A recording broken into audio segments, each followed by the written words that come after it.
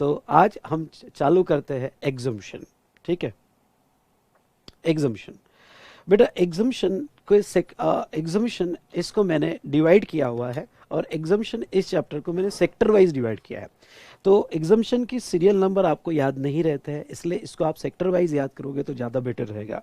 Second मैं आपको कह दूं कि इसमें एग्जम्पशन में एक नोटिफिकेशन नंबर, सेक्शन नहीं, रूल्स नहीं, नोटिफिकेशन नंबर, और नोटिफिकेशन नंबर 12/2017 जो है ये आपको याद रखना है। बाकी और अदर एग्जम्पशंस नोटिफिकेशन भी है, पर मेनली ये मेगा एग्जम्पशन नोटिफिकेशन है, और 12/2017 ये आपको याद रखना है। चलिए ओके, मैंने सेक्टर वाइज कैसे लिया हुआ है, सबसे पहले तो मैंने हेल्थ केयर लिया हुआ है, हेल्थ केयर लिया है।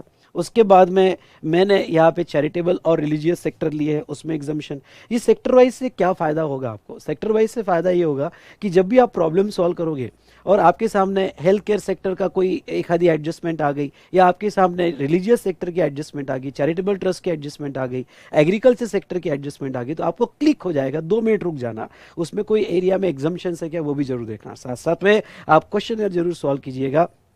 मैं पहले ही कह रहा हूं ओके, आप अपना सेल्फ स्टडी जारी रखिएगा, सबसे बेस्ट आपकी सेल्फ स्टडी, मेरे वीडियोस आते रहेंगे, आप देखते रहोगे, लेकिन ओके यहाँ पे अगर आप सेल्फ स्टडी जारी नहीं रखते हो तो नुकसान आपका होगा, इसलिए यहाँ पे ओके आपके सेल्फ स्टडी में कहीं भी कतई मत बतरना, ठीक है। ओके चलिए, यहाँ पे जहाँ तक देखा जाए तो सीरियल नंबर 74 से यहाँ पे ऐसी बहुत सारे सीरियल नंबर है, ये आपको याद रखने की जरूरत नहीं, पर हाँ जहाँ जहाँ मैंने इंपॉर्टेंट लिखा हुआ है ये एग्जाम्पशन थोड़ा अच्छे से पढ़ के जाना। एक स्टोरी से मैं आपको पूरा एग्जाम्पशन चैप्टर याद करवाऊंगा, जैसे हेल्थ केयर सेक्टर, चैरिटेबल और रिलीजियस सेक्टर, उसके बाद में एग्रीकल्चर सेक्टर, एग्रीकल्चर सेक्टर के बाद में हम देखेंगे लीगल सेक्टर, लीगल सेक्टर के बाद में ट्रांसपोर्ट सेक्टर, ट्रांसपोर्ट के बाद में हम यहाँ पे okay renting, banking sector, renting है, बैंकिंग सेक्टर है, ऐसा है। तो अभी तो आपको ये जो है चार्ट दिया गया है, इसी चार्ट को हम आगे कंटिन्यू करेंगे। ओके, तो एग्जाम्शन के हम 2 वीडियोस लेंगे रिवीजन के, ठीक है दोस्तों। तो चलिए ओके, स्टोरी लाइन कैसी रहेगी हमारी, चल कम ऑन, मैं सबका ध्यान चाहूंगा। स्टोरी लाइन हमारी इस तरह से रहेगी ओके यहाँ पे कि यहाँ फिर से देखिए, एक एग्जाम्पल लेते हैं, बाहुबली। ओके तो बाहुबली, यहाँ पे बाहुबली नहीं, पुष्पा, पुष्पा।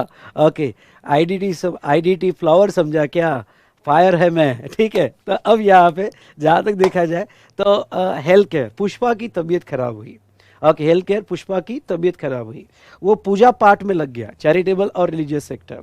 ओके, उसके पास एग्रीकल्चर लैंड थी, ओके अपने खेती का उसे बंटवारा करना था, खेती का बंटवारा करना था, इसलिए लॉयर को बुलाया गया, लीगल सेक्टर। देखो स्टोरी कैसे तैयार हो रही है, लॉयर को बुलाया गया।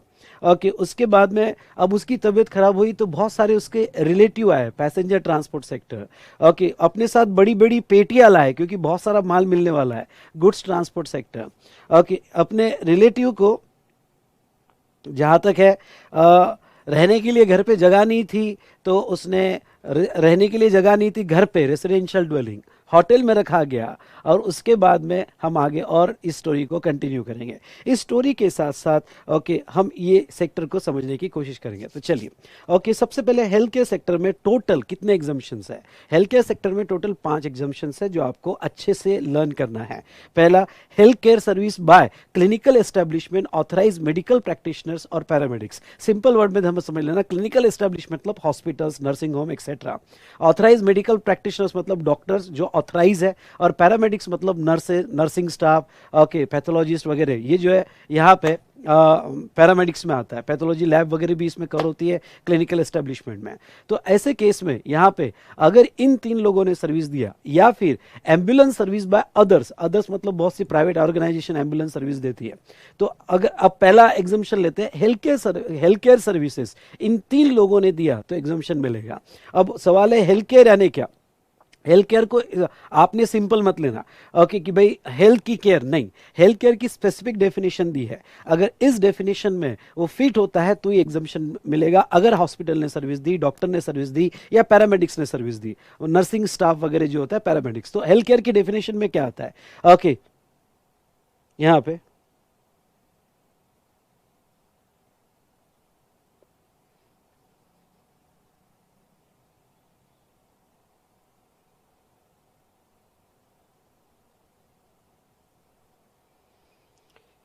यस यस यस यस,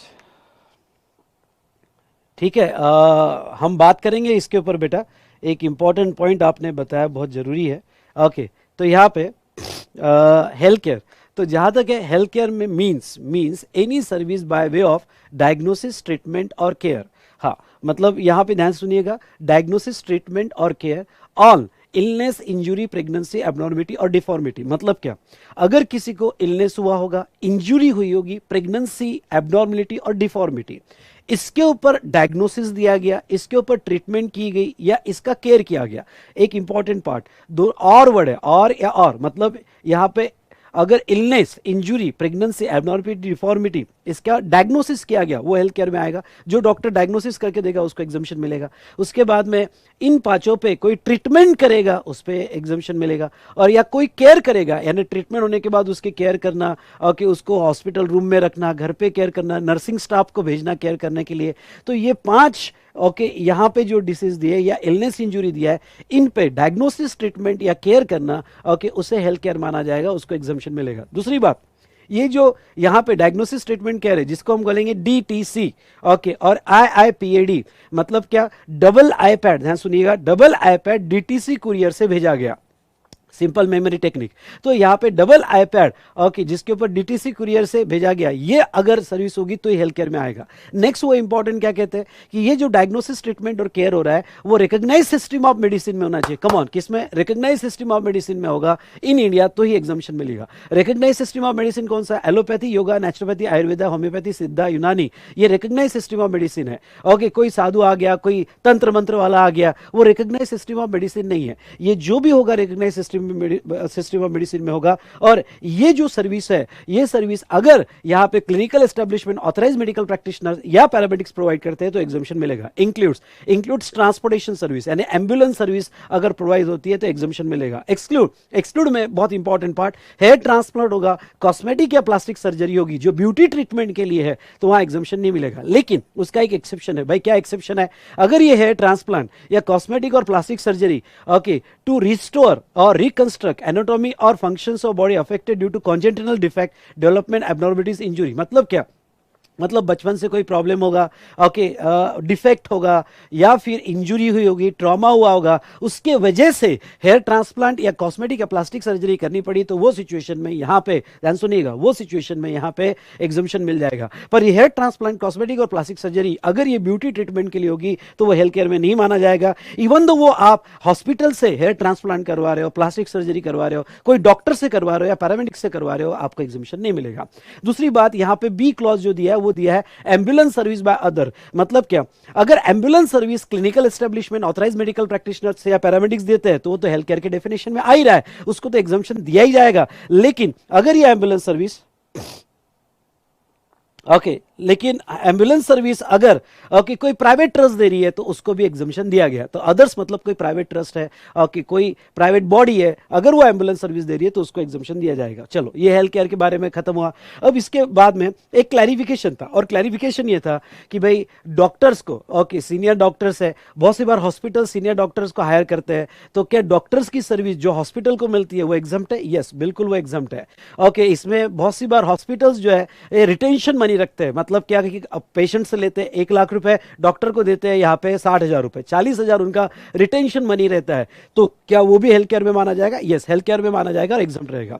अगर फूड दिया गया और फूड एडमिटेड पेशेंट को दिया गया, come on, food admitted patient को दिया गया, वेरी इंपॉर्टेंट, एडमिटेड पेशेंट को दिया गया, तो ये उसकी केयर मानी जाएगी। और care on admission patient illness, injury, abnormality और डिफॉर्मिटी के लिए होगा तो उसको एग्जामिशन दिया जाएगा। पर अगर आपने फूड सप्लाई किया और फूड या नॉन एडमिटेड पेशेंट को होगा या अटेंडेंट को होगा, उसके साथ कोई रिलेटिव है, ओके, और अटेंडेंट को होगा, उसको अगर हॉस्पिटल फूड प्रोवाइड कर रहा तो उसको एग्जामिशन नहीं, कैटरिंग सर्विस में टैक्सेबल होगा। या डॉक्टर या स्टाफ को फूड दिया गया तो वो टैक्सेबल होगा।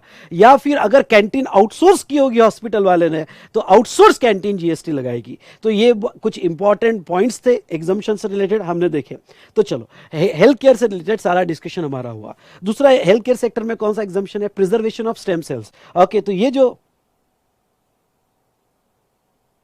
ओके तो यहां तक जो प्रिजर्वेशन ऑफ स्टेम सेल्स है by cord blood bank, okay तो वो एग्जाम्पशन में है। स्टेम सेल्स मतलब नाड़ जो होती है बचपन की, उसको प्रिजर्व किया जाता है, बहुत सी लेबोरेटरीज ये सर्विस देती है, तो उनको एग्जाम्पशन दिया गया। उसके बाद में disposal of biomedical waste of clinical establishment by operator, ये इंडिया में ऐसे कुछ प्राइवेट ऑपरेटर्स होते हैं जो हॉस्पिटल का बायोमेडिकल वेस्ट जो है वो ट्रीट करते हैं, क्योंकि हॉस्पिटल का बायोमेडिकल वेस्ट कहीं पे भी आप फेंक नहीं सकते, क्योंकि उसमें बहुत सारे पॉइजनस एलिमेंट होते हैं। तो वो केस में उसकी ट्रीटमेंट की अगर सर्विस दी जाए तो उसको एग्जम्पशन मिलेगा, जो ऑपरेटर वो डिस्पोज कर रहा है ऑफ दैट बायोमेडिकल वेस्ट। उसके बाद में सिर्फ ह्यूमन नहीं, animals, birds, okay veterinary clinic होगा और उसका भी हेल्थ केयर होगा, उनका भी हेल्थ केयर की डेफिनेशन यही आएगी। ओके तो उनका भी हेल्थ केयर होगा बर्ड्स और एनिमल्स का, तो उसको भी एग्जाम्पशन दिया जाएगा। और उसके बाद में यहाँ पे service by professionals by way of rehabilitation therapy counselling at medical establishment, तो ख्याल रहे अगर वो यहाँ पे कुछ प्रोफेशनल्स हैं ओके जो रिहैबिलिटेशन सेंटर्स पे काम करते हैं, मतलब किसी को अगर पीने की आदत है, नार्कोटिक्स की आदत है, चरस गांजा की आदत है, और थेरेपी देते हैं, काउंसलिंग करते हैं, पर ये कहां होनी चाहिए, ये बहुत इंपॉर्टेंट है। कोई मेडिकल एस्टेब्लिशमेंट, कोई एजुकेशनल इंस्टीट्यूशन या गवर्नमेंट सेंटर या फिर चैरिटेबल इंस्टीट्यूशन जो सेक्शन 12 ए और ए बी में रजिस्टर्ड है, अगर यहां पे कोई रिहैबिलिटेशन सेंटर थेरेपी और काउंसलिंग होगा और उस पर सर्विस दिया जाएगा तो एग्जाम्पशन मिलेगा। तो इस तरह से हमारा हेल्थ केयर सेक्टर खत्म। ओके सारे हेल्थ केयर के एग्जाम्पशन इसमें कवर हो जाते हैं। मैंने कोशिश की कि क्लैरिफिकेशंस भी इसमें कवर कर लूं। तो चलिए दोस्तों, हेल्थ केयर हमने खत्म किया। यहां पे अब हम आते हैं बेटा एग्जम्पशन चैरिटेबल, सॉरी अब ये एग्जम्पशन जो है चैरिटेबल एंड रिलीजियस सेक्टर पे। ओके चैरिटेबल और रिलीजियस सेक्टर में भाई ओके यहाँ पे पुष्पा की तबीयत खराब हुई, वो पूजा पाठ में लग गया, charitable and religious sector.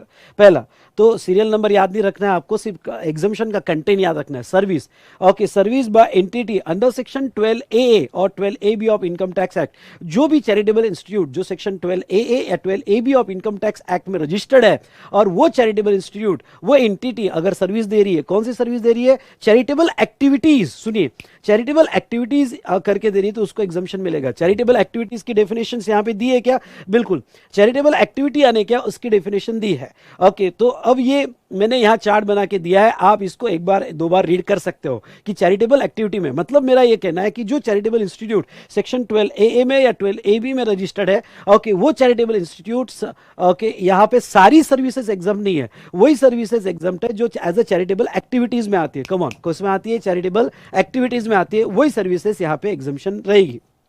Now okay इसमें हम ये देखेंगे पहला public health by way of care और काउंसलिंग, यानी ये चैरिटेबल एक्टिविटीज में पब्लिक हेल्थ पे जो सर्विसेज दी जाती है बाय चैरिटेबल इंस्टीट्यूट, उसमें केयर और काउंसलिंग और दूसरा पब्लिक अवेयरनेस। केयर और काउंसलिंग में क्या आता है, terminally ill person, person with physical और मेंटल डिसेबिलिटी, HIV और एड्स से अफेक्टेड, और person addicted with narcotics and drugs, इनका केयर और इनका काउंसलिंग अगर चैरिटेबल इंस्टीट्यूट करती है और वो सर्विसेज प्रोवाइड करती है तो उसके ऊपर GST नहीं आएगा। या पब्लिक अवेयरनेस के लिए preventive health, family planning, prevention of HIV infection, इस पे अगर वो सर्विसेज देती है तो ओके उसके ऊपर GST नहीं आएगा। दूसरा ट्रीटमेंट ऑफ रिलीजियन, स्पिरिचुअलिटी और योगा, मतलब ओके रिलीजियन, स्पिरिचुअलिटी और योगा, इस तरह से अगर कोई ट्रीटमेंट होगी, या फिर ध्यान से सुनिएगा नॉर्मल योगा जैसे रामदेव बाबा चैरिटेबल ट्रस्ट के तहत योगा यहाँ पे सेशंस लेते हैं तो उनकी सर्विसेज चैरिटेबल एक्टिविटी पे आएगी। अगर वो चैरिटेबल इंस्टीट्यूट ऐसी सर्विस दे रहा है तो एग्जाम्पशन मिलेगा।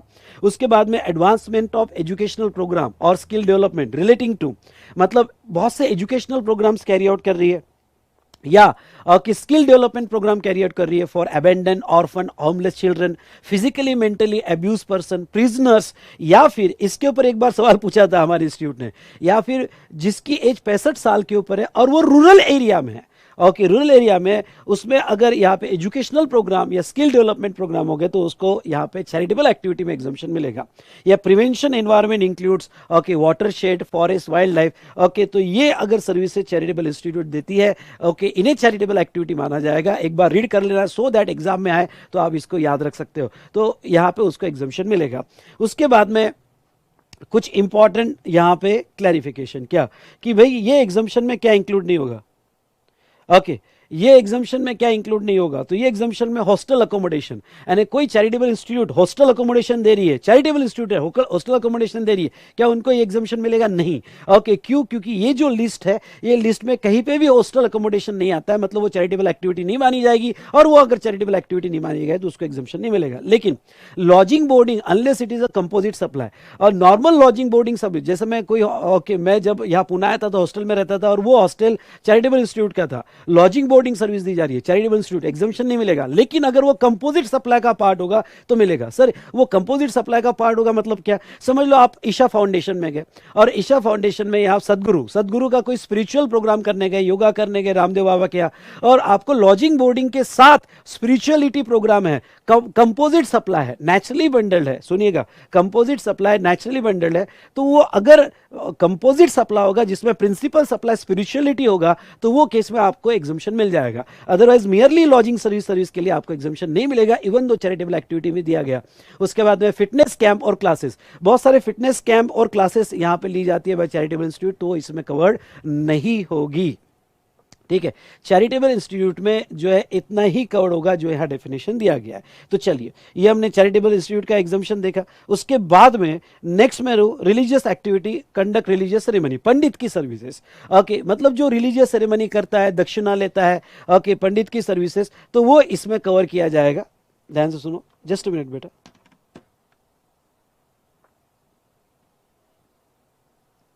वो इसमें कवर किया जाएगा, पंडित की सर्विसेज।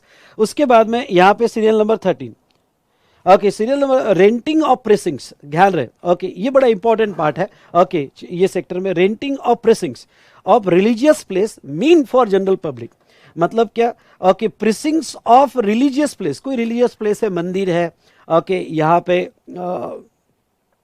ठीक है, कोई भी यहाँ पे रिलीजियस प्लेस ले लो आप, ओके, और रिलीजियस प्लेस का जो प्रिसिंग्स होगा, renting of premises of religious place, यानी रिलीजियस प्लेस के कनेक्टेड एरिया, ओके, तो मंदिर मस्जिद वगैरह जो भी होगा, ओके, उसका जो कनेक्टेड एरिया होगा वो रेंट पे दिया गया, ओके, और वो जनरल पब्लिक के लिए दिया गया, आई रिपीट, जनरल पब्लिक के लिए दिया गया, ओन और manage by entity registered as a charitable और रिलीजियस ट्रस्ट। मतलब क्या?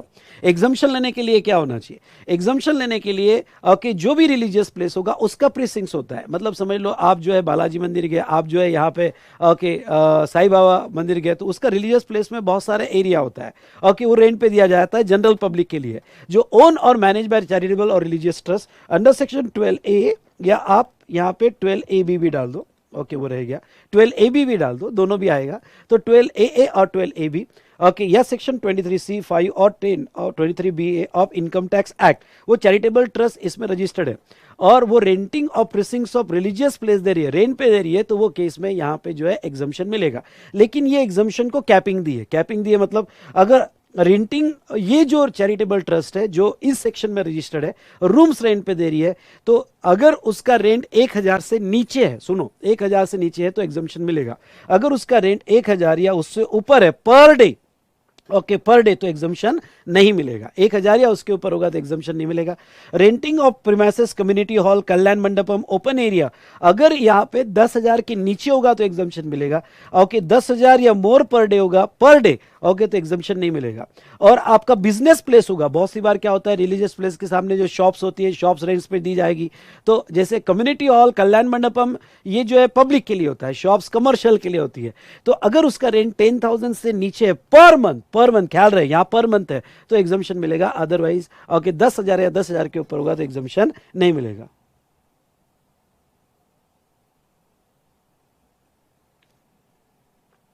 ठीक है, ये आपके समझ में आया। उसके बाद में service provided by specified organisation in respect of Kailash, Mansarovar और हज पिलग्रिमेज एग्जम्प्टेड। तो ये हमने देखा हेल्थ केयर सेक्टर, और दूसरा हमने चैरिटेबल और रिलीजियस सेक्टर। बेटा समझ में आ रहा है?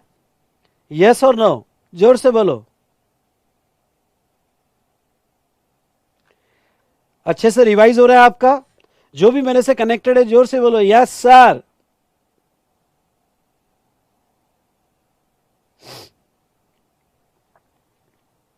चलिए, तो हमने ये दोनों सेक्टर कवर। चार्ट बेटा आप, मेरी तो रिवीजन ठीक है, पर चार्ट्स आप अगर देख लो ना तो आपका फटाफट फटाफट सब कुछ कवर हो जाएगा। ओके, यहाँ पे चलिए, अब आते हैं एग्रीकल्चर सेक्टर। एग्रीकल्चर सेक्टर में ये जो एक्टिविटी है यहाँ पे, 8 एक्टिविटीज जो है बेटा, ओके, ये 8 एक्टिविटीज एग्रीकल्चर या एग्रीकल्चर प्रोड्यूस से होगा तो आपको यहाँ पे एग्जम्पशन मिलेगा। ओके, तो यहाँ पहले मैं दो डेफिनेशन आपको पढ़ा दूं, एग्रीकल्चर और एग्रीकल्चर प्रोड्यूस। ओके, एग्रीकल्चर यानी क्या? एग्रीकल्चर यानी कल्टीवेशन ऑफ प्लांट और okay rearing of life form of animals, यानी ओके ये 7 में से कोई भी एक्टिविटी, ये 8 में से कोई भी एक्टिविटी अगर कल्टीवेशन ऑफ प्लांट और rearing of all life form of animals, यानी पालना, सभी लाइफ जिसमें लाइफ है, कोई भी एनिमल जिसमें लाइफ है उनको पालना, एक्सेप्ट, ये आपको याद रखना पड़ेगा, except rearing of horses, horses cover नहीं होगा, इसलिए रेयरिंग ऑफ हॉर्सेस फ्लेक्सिबल होगा। अगर ये दो एक्टिविटी है, और ये दो एक्टिविटी किस लिए है ये भी बहुत इंपॉर्टेंट है, ये दो activity food, okay, fibre, fuel, raw material या अदर सिमिलर प्रोडक्ट मिलने के लिए है। यानी आप कल्टीवेशन ऑफ प्लांट कर रहे हो, पर किसके लिए कल्टीवेशन ऑफ प्लांट कर रहे हो? Food, fibre, fuel, raw material या अदर प्रोडक्ट, कोई प्रोडक्ट मिलने के लिए कर रहे हो, या एनिमल्स पाल रहे हो और कोई इसके लिए ओके मिलने के लिए पाल रहे हो, तो वो सिचुएशन में यहां पे एग्जम्पशन दिया जाएगा। अब मैं कुछ एग्जांपल्स आपका लेना चाहूंगा, चलो फटाफट देख लो।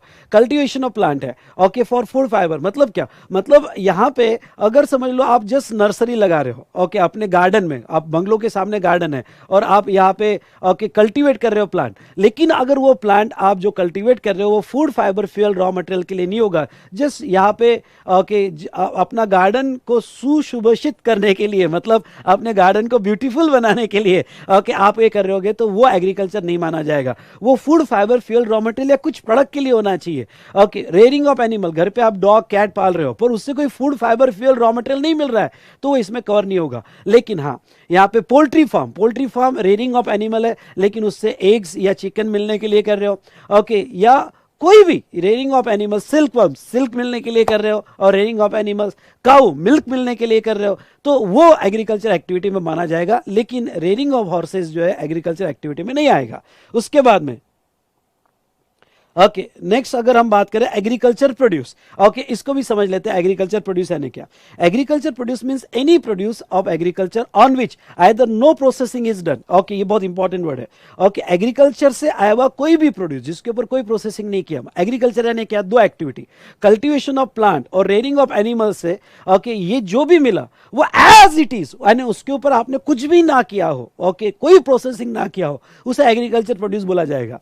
या such processing is done as it usually done by cultivator, पहली condition, usually done by cultivator or producer which do not is alter essential characteristic but make it marketable to the primary market। मतलब क्या?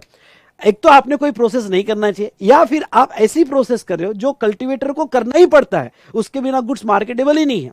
हाँ, तो आप ऐसी process कर रहे हो जो इसके एसेंशियल कैरेक्टर नहीं चेंज कर रहा है और वो गुड्स को मार्केटेबल बना रहा है प्राइमरी मार्केट में। ओके, तो पर वो गुड्स वैसा ही है, एसेंशियल कैरेक्टर चेंज नहीं हो रहे और प्राइमरी मार्केट में मार्केटेबल बना रहा है, तो वो प्रोसेस अलाउड है। यानी वो प्रोसेस होने के बाद भी जो गुड्स आएगा वो एग्रीकल्चर प्रोड्यूस माना जाएगा।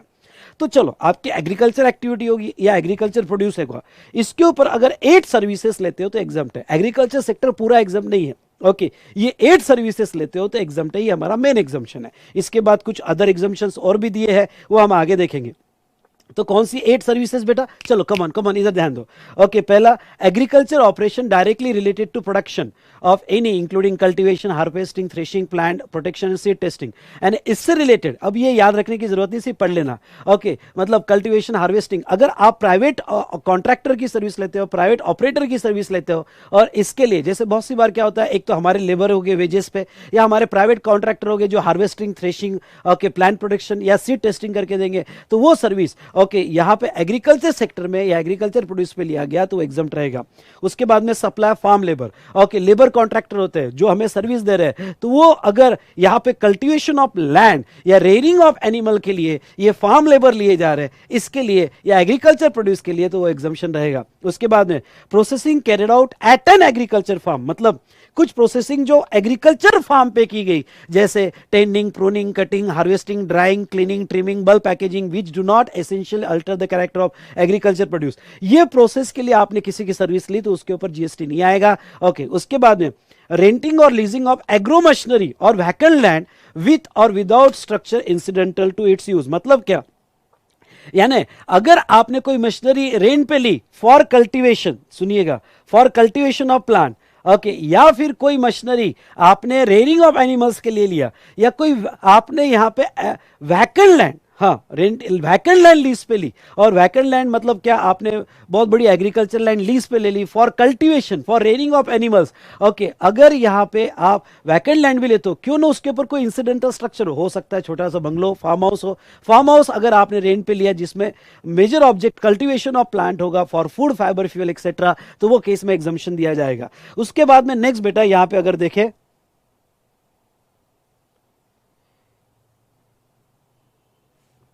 ओके उसके बाद में नेक्स्ट अगर हम देखें तो लोडिंग, अनलोडिंग, पैकेजिंग, स्टोरेज और वेयरहाउसिंग ऑफ एग्रीकल्चर प्रोड्यूस। ये एग्रीकल्चर प्रोड्यूस हमने जो डेफिनेशन देखा, मतलब जो यहां पे एग्रीकल्चर से निकला, किसके ऊपर प्रोसेसिंग ने की, या उतनी ही प्रोसेसिंग की जो रिक्वायर्ड थी okay by cultivator to make the marketable in a primary market, उतनी प्रोसेसिंग थी। उससे रिलेटेड लोडिंग, यानी वो फार्म से लोड करना, अनलोडिंग करना, पैकिंग करना, स्टोरेज करना, वेयरहाउसिंग करना, ओके वो सर्विसेज दिया तो वहां एग्जम्पशन आपको मिल जाएगा। ओके मिल जाएगा। उसके बाद में एग्रीकल्चर एक्सटेंशन सर्विस, मैंने डेफिनेशन दिया, एग्रीकल्चर एक्सटेंशन सर्विस मतलब scientific research, knowledge on agriculture practices through farmer education और ट्रेनिंग। तो अगर बहुत सी बार फार्मर एजुकेशन और ट्रेनिंग के थ्रू ये सर्विसेज दी जाती है, रिसर्च की सर्विसेज दी जाती है, जो भी ये सर्विसेज दे रहा है वो एग्जाम्प्ट रहेगा। उसके बाद में जो एग्जाम के लिए बड़े इंपॉर्टेंट है वो ये है, okay APMC, agriculture produce marketing committee, कृषि उत्पादन बाजार समिति, और या फिर यहां पे agents, commission agent of agriculture produce, मतलब ओके एपीएमसी जो एग्रीकल्चर प्रोड्यूस पे सर्विसेज देगी, या कमीशन एजेंट जो एग्रीकल्चर प्रोड्यूस पे सर्विसेज देगा, वो एग्जम्पशन में रहेगा। आई रिपीट, वो एग्जम्पशन में रहेगा। उसके बाद में service of fumigation in a warehouse of agriculture produce, okay तो वो एग्जम्पशन में रहेगा। तो यहां पे ख्याल रहे, आने वाला क्वेश्चन किस पे आ सकता है आपको, आपको क्वेश्चन आता है mostly renting and leasing of land पे आता है। उसके बाद में loading, unloading, packaging of agriculture produce पे आता है। उसके बाद में यहां पे एपीएमसी और कमीशन एजेंट, उनका फेवरेट एरिया है कमीशन एजेंट। कमीशन एजेंट सभी केस में नहीं, अगर वो एग्रीकल्चर प्रोड्यूस होगा तो ही एग्जम्पशन मिलेगा, अदरवाइज नॉट। ओके तो और fumigation in warehouse, fumigation मतलब वो स्प्रे वगैरह, ओके फर्टिलाइजर स्प्रे वगैरह services in a warehouse, वो भी सर्विसेज एग्जाम रहेगी। उसके बाद में नेक्स्ट बेटा यहां पे थोड़ा इसको समझने की कोशिश करते हैं, ठीक है। अब ये बार बार कुछ सर्विसेज एपी होगा तो ही एग्जाम, एपी होगा तो ही एग्जाम, और एपी की डेफिनेशन हमने यहां पे देखी, एग्रीकल्चर प्रोड्यूस की डेफिनेशन हमने यहां पे देखी। कुछ एग्जांपल से समझते हैं एग्रीकल्चर प्रोड्यूस है या नहीं है। टोमेटो, टोमेटो एग्रीकल्चर प्रोड्यूस है क्योंकि डायरेक्ट फार्म से निकला है, कोई प्रोसेसिंग नहीं किया है। पर टोमेटो केचप जो है वो एग्रीकल्चर प्रोड्यूस नहीं है। ओके क्यों, क्योंकि टोमेटो के आपने एसेंशियल कैरेक्टर बदल दिए, और यहां पे जहां तक देखा जाए वो टोमेटो केचप जनरली कल्टीवेटर नहीं करता है, इसलिए टोमेटो केचप एग्रीकल्चर प्रोड्यूस नहीं है। इसलिए अगर टोमेटो केचप पे loading, unloading, packing, storage, warehousing या फिर कमीशन एजेंट सर्विस होगा, ओके तो ऐसे सिचुएशन में उसको कोई भी बेनिफिट नहीं मिलेगा। जैसे sugarcane, sugarcane agriculture produce है, ओके यहां पे, पर शुगर ये यहां पे ये बहुत इंपॉर्टेंट है, ये फेवरेट एरिया है हमारे, ओके ये फेवरेट एरिया है हमारे इंस्टीट्यूट का, शुगर और जैगरी। सुनिए ध्यान से, शुगर और जैगरी को ये एग्रीकल्चर प्रोड्यूस नहीं माना जाता है क्योंकि जनरली शुगर और जैगरी कल्टीवेटर नहीं बनाता है। ओके कुछ प्रोसेस अलाउ की है, ओके पर उससे एसेंशियल कैरेक्टर नहीं बदलने चाहिए और जनरली कल्टीवेटर नहीं करनी चाहिए, तो शुगर और जैगरी कल्टीवेटर नहीं बनाता है, इसलिए शुगर और जैगरी एग्रीकल्चर प्रोड्यूस नहीं माना जाएगा। इसलिए यहां जो बेनिफिट्स दिए एग्रीकल्चर प्रोड्यूस को, शुगर और जैगरी के नहीं मिलेंगे। जैसे एग्जाम में सवाल आ गया commission agent of sugar, commission agent of jaggery, क्या उसको आप बेनिफिट मिलेगा? नहीं मिलेगा, टैक्सेबल होगा। Okay APMC service for sugar, jaggery, क्या उसको बेनिफिट मिलेगा? नहीं, क्योंकि वो एग्रीकल्चर प्रोड्यूस नहीं माना जाएगा। पोटैटो एग्रीकल्चर प्रोड्यूस है पर पोटैटो चिप्स एग्रीकल्चर प्रोड्यूस नहीं है।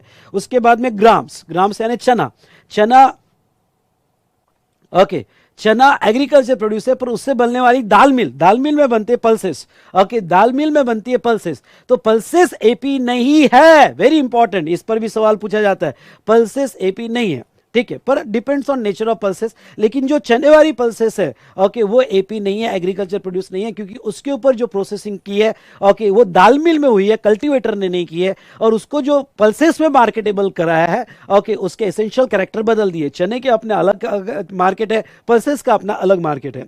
पैडी, पैडी एग्रीकल्चर प्रोड्यूस है पर very very important, rice AP नहीं है। ओके राइस मिल होती है, अलग होती है, कल्टीवेटर राइस नहीं बनाता है यूजुअली, हाँ यूजुअली कल्टीवेटर राइस नहीं बनाता है, उसके एसेंशियल कैरेक्टर बदल रहे हैं, इसलिए एपी नहीं है। इसलिए यहां पे जो एपी को बेनिफिट दिया गया वो राइस को नहीं मिलेंगे दोस्तों। आई होप आपको ये बात समझ में आई। रॉ कॉटन एग्रीकल्चर प्रोड्यूस है, रॉ, लेकिन उससे बनाया हुआ जिन कॉटन, ओके, रुई बनाई जाती है, कॉटन बेल बनाई जाती है, तो वो एग्रीकल्चर प्रोड्यूस नहीं माना जाएगा। चलो अब दूसरा, ओके, ये जो काउ से डंक आ रहा है, ओके, तो रेयरिंग ऑफ एनिमल्स से डंक आ रहा है, ये एग्रीकल्चर प्रोड्यूस है। मिल्क आ रहा है, ओके, वो एग्रीकल्चर प्रोड्यूस है। लेकिन अगर इसी मिल्क को पाश्चराइजेशन किया गया तो उसके यहां पे जनरली पाश्चराइजेशन कल्टीवेटर नहीं कर रहा है, ओके, वो अलग से किया जा रहा है, ओके, यहां पे पाश्चराइज करने के बाद ये पाश्चराइज मिल्क एग्रीकल्चर प्रोड्यूस नहीं माना जाएगा। सेम जैसे ग्रेन एग्रीकल्चर प्रोड्यूस है। अब बहुत इंपॉर्टेंट, ग्रेन पे प्रोसेस हो रही है थ्रेशिंग प्रोसेस जरूरी है, यूजुअली फार्म पे कल्टीवेटर करता है। जब तक उसका थ्रेशिंग नहीं होगा वो मार्केटेबल नहीं होगी प्राइमरी मार्केट में, इसलिए क्यों ना ये प्रोसेस हुई होगी थ्रेशिंग, लेकिन उसके बाद भी ये एग्रीकल्चर प्रोड्यूस बोला जाएगा। हाँ, पर इससे अगर हमने फ्लोर बना लिया तो एसेंशियल कैरेक्टर बदल गए, फ्लोर एग्रीकल्चर प्रोड्यूस नहीं है। तो ये हमने यहां पे डिस्कशन देखा एग्रीकल्चर प्रोड्यूस यानी क्या। चलो आई होप आपको समझ में आया होगा। ओके, तो ये जो था ये मेन एग्जम्पशन था एग्रीकल्चर सेक्टर का, लेकिन अलग से कुछ एग्जम्पशंस दिए गए हैं, ध्यान से सुनिएगा, अलग से कुछ एग्जम्पशंस दिए गए हैं। ओके, यहां पे मतलब क्या, मतलब ये अब ऐसे एग्जम्पशंस है जो मेन में कवर नहीं पर गवर्नमेंट ने अलग सीरियल नंबर से दिए हैं, तो ये भी आपको लर्न करना है। एग्रीकल्चर सेक्टर इस बार मोस्ट एक्सपेक्टेड है, क्वेश्चन आ सकता है, इसलिए इस पर से क्वेश्चन है भी। ओके, आप अच्छे से पढ़ के जाइएगा। Okay, exemption on intermediate production process. अभी इंटरमीडिएट प्रोडक्शन प्रोसेस क्या, carrying out intermediate production process as a job work in relation to agriculture. मतलब क्या कि इन रिलेशन टू एग्रीकल्चर यानी क्या, यानी कल्टीवेशन ऑफ प्लांट और रेयरिंग ऑफ एनिमल्स, ये एग्रीकल्चर की डेफिनेशन है। और कल्टीवेशन ऑफ प्लांट और रेयरिंग ऑफ एनिमल्स, ओके, ये जो है, ओके, इससे रिलेटेड इंटरमीडिएट प्रोसेस होगी जॉब वर्कर की। कभी कभी क्या होता है, छोटे छोटे प्लांट्स निकाले जाते हैं और वो जॉब वर्कर को भेजे जाते हैं कि इसके ऊपर कुछ हाइब्रिडाइजेशन वगैरह करो, और वापस उसको कल्टीवेट किया जा रहा है। मतलब वो ओके, कल्टीवेशन से जा रहा है, प्रोसेस हो रही है इंटरमीडिएट, और वो वापस आ रहा है, तो वो इंटरमीडिएट प्रोसेस जो है, ओके, रिलेशन टू एग्रीकल्चर होगा, इन रिलेशन टू कल्टीवेशन होगा, रेयरिंग ऑफ एनिमल्स होगा, तो उसको एग्जम्पशन है। फिर एक सवाल पूछा था, ये सवाल पूछा था जिसपे सीबीएसई क्लैरिफिकेशन आया कि भैया mining of paddy into rice, यानी पैडी को राइस में कन्वर्ट करना, क्या ये इंटरमीडिएट प्रोसेस माना जाएगा? तो नाउ सीबीएसई ने कहा नहीं, ये इंटरमीडिएट प्रोसेस नहीं माना जाएगा और एग्जम्पशन नहीं मिलेगा। क्यों? पहली बात तो जो है राइस मिल अलग होती है, बाहर होती है, और दूसरी बात राइस डायरेक्ट फिनिश प्रोडक्ट बन रहा है, तो ये जो जॉब वर्कर पैडी से राइस बना रहा है, और कि वो इंटरमीडिएट प्रोसेस नहीं, वो डायरेक्ट फिनिश गुड्स बना रहा है। इंटरमीडिएट प्रोसेस मतलब क्या, अगर कोई प्रोसेस से जाता और वापस वो फार्म पे आता तो उसे इंटरमीडिएट प्रोसेस बोलते हैं। ओके, तो यार rearing of milling of paddy into rice ये इंटरमीडिएट प्रोसेस नहीं, और वो एग्रीकल्चर में नहीं माना जाएगा। दूसरी बात, next exemption fumigation in warehouse. मैं मानता हूं fumigation in warehouse double entry है, यहां पे भी फ्यूमिगेशन इन वेयर हाउस है, और नीचे ओके वेयर हाउस में ओके जो यहाँ पे फर्टिलाइजर स्प्रे मारना, ओके, वो अगर सर्विस किसी से लिया गया तो वो भी एग्जम्पशन होगा। उसके बाद में यहाँ पे 57 service by way of pre conditioning pre cooling, okay, याद रखे, okay, pre conditioning pre cooling, ripening, waxing, retail packing, labelling of fruits और वेजिटेबल, यानी फ्रूट्स और वेजिटेबल को ओके मार्केट में आने के लिए और कुछ सर्विसेज लगती है, जैसा उसको प्री कूलिंग में रखा जाता है, स्टोरेज में रखा जाता है, प्री कंडीशनिंग दिया जाता है, वैक्सिंग किया जाता है, रिटेल पैकिंग किया जाता है, स्पेशली फ्रूट और वेजिटेबल्स की अगर ये एक्टिविटी होगी तो वो केस में उसको भी एग्जम्पशन दिया जाएगा, अगर कोई प्राइवेट कंपनीज ये एक्टिविटी करके दे रही है। Very very important, very very important next exemption, service of loading unloading warehousing packing storage of rice. देखो मैंने ऊपर पढ़ा है कि राइस एग्रीकल्चर प्रोड्यूस नहीं है, अगर ये एग्रीकल्चर प्रोड्यूस नहीं है तो ऊपर जो हमारा मेन एग्जम्पशन है लोडिंग अनलोडिंग पैकिंग, वो राइस को नहीं मिलता है इसमें, लेकिन इसलिए उसको अलग से एग्जम्पशन दिया गया कि राइस होगा, आई रिपीट राइस होगा, तो loading unloading warehousing packing service related to rice, तो उसको एग्जम्पशन दिया जाएगा।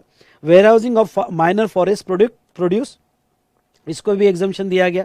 उसके बाद में स्पेशली स्टोरेज और वेयरहाउसिंग, ये स्पेशल एग्जम्पशन अलग से दिया गया, स्टोरेज और warehousing of cereals, pulses, fruits, nuts, vegetable, spices, copra, sugar cane, jaggery, coffee, tea, raw material fibre such as cotton, flax, jute, okay, indigo, unmanufactured tobacco, battle leaves, tendu leaves, तो उसको exemption है। अब मैं आपको बताऊं, इसमें कुछ ऐसे प्रोडक्ट है जो एपी है, अब एपी होने के अगर वो कुछ ऐसे प्रोडक्ट एग्जाम्पल लो, ओके, यहाँ पे एपी जो है, यहाँ फ्रूट्स नट्स और वेजिटेबल, ये एपी है, डायरेक्ट फार्म से निकले, तो इसको तो एग्जम्पशन ऊपर वाले एंट्री में मिल जाएगा। क्यों? क्योंकि यहाँ पे लिखा है warehousing of AP exempt है, तो ये एंट्री में फिर से क्यों एग्जम्पशन दिया? रिपीटेशन है, मैं कह रहा हूं रिपीटेशन है, लेकिन इस पर इससे ज्यादा आपको यह ख्याल देना है कि ऐसे कुछ एपी है, ऐसे कुछ गुड्स है जो एपी नहीं है, जैसे शुगर केन, मैंने अभी समझा शुगर केन एपी नहीं है, जैगरी एपी नहीं है, ओके, उसके बाद में यहाँ पे स्पाइसेस कोपरा एपी नहीं है, तो ऐसे कुछ प्रोडक्ट जो एपी नहीं है तो ऊपर वेयर हाउसिंग में उसको बेनिफिट नहीं मिलता है, इसलिए अलग से ओके यहाँ पे सीरियल नंबर 20 में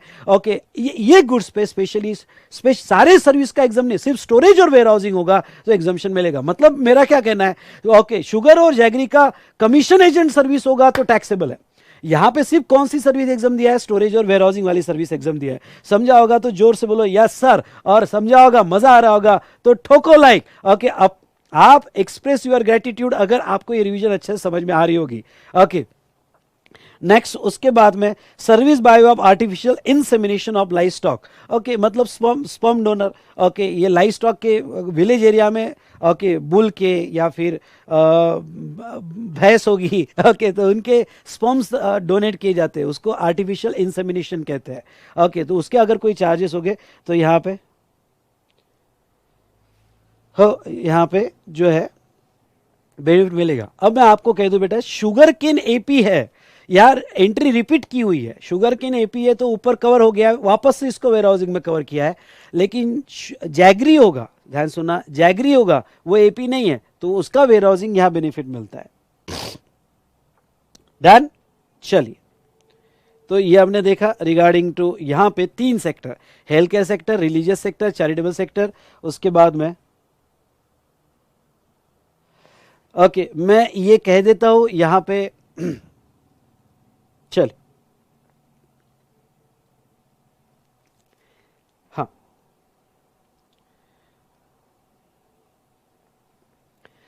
नेक्स्ट आते बेटा हम लीगल सेक्टर में यहां आ जाओ, नेक्स्ट आते हम लीगल सेक्टर में। Legal service, okay, legal service की डेफिनेशन हम यहां नीचे देखेंगे। पहले तो यहां नीचे दी गई है legal service, legal service provided in relation to advice, consultancy, assistance in any branch of law in any manner. मतलब क्या, किसी भी लॉ में आपने एडवाइस दी, कंसल्टेंसी दिया, असिस्टेंस दिया, ओके, किसी भी तरह से वो लीगल सर्विस कही जाएगी। And includes representational service before any court, tribunal और अथॉरिटी, ये लीगल सर्विस कही जाएगी। नाउ अब लीगल सर्विस में हम ये देखेंगे, 3 पार्ट में देखेंगे, आर्बिट्रल ट्रिब्यूनल, उसके बाद में इंडिविजुअल एडवोकेट और firm of advocate, other than senior advocate, और नीचे जो चार्ट है वो सीनियर एडवोकेट का देखेंगे। तो चलिए, आर्बिट्रल ट्रिब्यूनल, ओके, मैंने कहा था आर्बिट्रेटर, ये आर्बिट्रेटर जो होते हैं ये प्राइवेट आर्बिट्रल ट्रिब्यूनल होते हैं और उनकी सर्विस टैक्सेबल होती है। लेकिन अगर हम रिवर्स चार्ज और ये साथ में पढ़े तो आज चार्ट कैसा होगा, रिवर्स चार्ज और एग्जम्पशन अगर हम साथ में देखें तो कैसा होगा। तो अगर आर्बिट्रल ट्रिब्यूनल बिजनेस एंटिटी को सर्विस देता है, हमने पढ़ा था रिवर्स चार्ज में, अगर आर्बिट्रल ट्रिब्यूनल बिजनेस एंटिटी को सर्विस देता है तो रिवर्स चार्ज लगता है, पर उसमें भी एग्जम्पशन है। जो बिजनेस एंटिटी को उसने सर्विस दिया, यानी रिसिपिएंट पे फोकस करना, अगर वो बिजनेस एंटिटी का turnover of business entity up to such amount in preceding financial year make them eligible for exemption from registration. Simple word में कहूं तो अगर जो बिजनेस एंटिटी को उसने सर्विस दिया, उस बिजनेस एंटिटी का, क्योंकि रिवर्स चार्ज लगना है, रिवर्स चार्ज लगना है इसलिए आपको रिसिपिएंट पे ध्यान देना है, रिसिपिएंट पे ध्यान देना है, तो वो बिजनेस एंटिटी का अगर प्रीसीडिंग फाइनेंशियल ईयर का टर्नओवर थ्रेशोल्ड के नीचे होगा, फिर वो थ्रेशोल्ड 10, 20 या 40 जो भी होगा, जो उसको एग्जम्पशन देता है फ्रॉम रजिस्ट्रेशन, अगर थ्रेशोल्ड के नीचे होगा तो करंट फाइनेंशियल ईयर में वो आर्बिट्रल ट्रिब्यूनल की कोई भी सर्विस ले एग्जम्प्ट है। लेकिन अगर वो ऐसी बिजनेस एंटिटी है, सुनना वेरी इंपॉर्टेंट, वो ओके ऐसी बिजनेस एंटिटी है अगर प्रीसीडिंग फाइनेंशियल ईयर में यहां पे उसका टर्नओवर थ्रेशोल्ड के ऊपर होगा, मतलब उसको रजिस्ट्रेशन, लायबल फॉर रजिस्ट्रेशन होगा, रजिस्ट्रेशन लिया हो नहीं लिया हो वो इंपॉर्टेंट नहीं है, लायबल फॉर रजिस्ट्रेशन होगा तो वो टैक्सेबल होगा। और इसके साथ मैं रिवर्स चार्ज का फ्लेवर ऐड करता हूं, अगर आर्बिट्रल ट्रिब्यूनल ने बिजनेस एंटिटी को सर्विस दिया तो रिवर्स चार्ज है और बिजनेस एंटिटी टैक्स देगी, पर उसमें एक एग्जम्पशन भी है। एग्जम्पशन है कि प्रीसीडिंग फाइनेंशियल ईयर में, कम ऑन, क्या कहा मैंने, ओके, यहां पे एक वर्ड ऐड कर देना, turnover of business entity in PFY, मैं करेक्ट कर लूंगा बाद में, इन पीएफवाई, आगे आपके इसमें करेक्टेड होगा तो कोई प्रॉब्लम नहीं, नहीं तो करेक्ट कर लेना। और यहाँ पे एग्रीगेट टर्न ओवर कर लेना। एग्रीगेट, ये सभी जगह जहां पे भी टर्न ओवर है मैं लिख देता हूं, okay, turnover equals to aggregate turnover. अगर करेक्टेड होगा तो कोई प्रॉब्लम नहीं, अदरवाइज करेक्ट कर लेना। तो ऐसे सिचुएशन में ओके, या एग्जाम्पशन है, अगर arbitral tribunal non business entity को सर्विस दे रहा है तो एग्जम्प्ट है। एग्जम्प्ट है यानी अगर यहाँ पे ट्रस्ट सर्विस ले रही है, कोई इंडिविजुअल सर्विस ले रहा है आर्बिट्रल ट्रिब्यूनल का, तो एग्जम्प्ट है अगर वो बिजनेस एंटिटी नहीं होगी। अगर arbitral tribunal central government, state government, union territory, local authority या गवर्नमेंट एंटिटी को सर्विस दे रहा है तो वो भी एग्जम्प्ट है दोस्तों। तो ये हमने देखा आर्बिट्रल ट्रिब्यूनल के बारे में। उसके बाद में यहां पे अगर service provided by individual advocate और firm of advocate other than senior advocate होगा, okay, again business entity, logic वही, अगर ऐसे बिजनेस एंटिटी को सर्विस दे रहा है, एग्रीगेट टर्नओवर लेना है यहां पे, बिजनेस जिसका प्रीसीडिंग फाइनेंशियल ईयर में टर्नओवर थ्रेशोल्ड से कम था, नॉट लायबल फॉर रजिस्ट्रेशन था, वो एग्जम्प्ट है। लेकिन अगर इंडिविजुअल एडवोकेट और firm of advocate other than senior advocate, क्योंकि ये exemption other than senior advocate है, तो अगर वो बिजनेस एंटिटी को सर्विस दे रहा है जिसका turnover okay in PFI okay such amount जो उसको लायबल फॉर रजिस्ट्रेशन करता है, टैक्सेबल, और आरसीएम में बिजनेस एंटिटी पे लायबिलिटी आएगी। ओके, तो आपको करंट ईयर में एग्जम्पशन जो मिलेगा या नहीं मिलेगा, it based on the aggregate turnover of preceding financial year. Okay, अगर बिजनेस एंटिटी जो रिसिपिएंट, आपको रिसिपिएंट पे फोकस करना है, वो बिजनेस एंटिटी का टर्नओवर पिछले साल अगर ओके 10 लाख की होगा, इस बार 100 करोड़ क्यों ना हो, पर पिछले साल 10 लाख की होगा, तो 100 करोड़ के केस में जो भी वो लीगल एडवोकेट की सर्विस लेता है एग्जम्प्ट, इस बार कोई भी टैक्स नहीं आएगा। Very important. तो ये इस साल का टर्नओवर नहीं लेना है, इस बार तो एग्जम्पशन एंजॉय करना है आपको। इस बार एग्जम्पशन नहीं मिलेगा, मिलेगा या नहीं मिलेगा, ये इस किसके बेस पर है, aggregate turnover of preceding financial year. समझा होगा तो बोलिए हाँ और ठोको लाइक। ओके, उसके बाद में अगर ये इंडिविजुअल एडवोकेट और firm of advocate non business entity को सर्विस देते हैं तो एग्जम्प्ट है। ओके, अनादर एडवोकेट, ये बहुत इंपॉर्टेंट है, अनादर एडवोकेट और फर्म ऑफ एडवोकेट को सर्विस देते हैं तो एग्जम्प्ट है। गवर्नमेंट ओके या गवर्नमेंट एंटिटी को देते हैं तो एग्जम्प्ट है। यानी टैक्सेबल सिर्फ एक ही जगह है, एडवोकेट की सर्विस टैक्सेबल एक ही जगह है, अगर वो ऐसे बिजनेस एंटिटी को सर्विस देते हैं जिसका प्रीसीडिंग फाइनेंशियल ईयर का ओके टर्नओवर उतना था जो वो ऑलरेडी रजिस्टर्ड था या लायबल टू रजिस्टर्ड था, तो वो केस में टैक्स आएगा, वो भी रिवर्स चार्ज में आएगा फॉर लीगल सर्विसेज। ओके, चलिए, ये हमने देखा रिगार्डिंग टू एडवोकेट सर्विसेज। उसके बाद में यहां पे service provided by senior advocate, देखिएगा, service provided by senior advocate. अभी देखो, वो नॉर्मल इंडिविजुअल एडवोकेट हो, फर्म ऑफ एडवोकेट हो या सीनियर एडवोकेट हो, ध्यान सुनिएगा। ओके, वो सीनियर एडवोकेट हो, रिवर्स चार्ज तो लगता है, लेकिन एग्जम्पशन के लिए दोनों को थोड़ा अलग किया हुआ है। क्यों अलग किया मैं बता देता हूं। सीनियर एडवोकेट होगा तो यहां पे बेटा वही ओके कि बिजनेस एंटिटी का क्राइटेरिया वही है, प्रीसीडिंग फाइनेंशियल ईयर में वो नॉट लायबल फॉर रजिस्ट्रेशन होगा तो ऐसे सिचुएशन में एग्जम्पशन मिलेगा।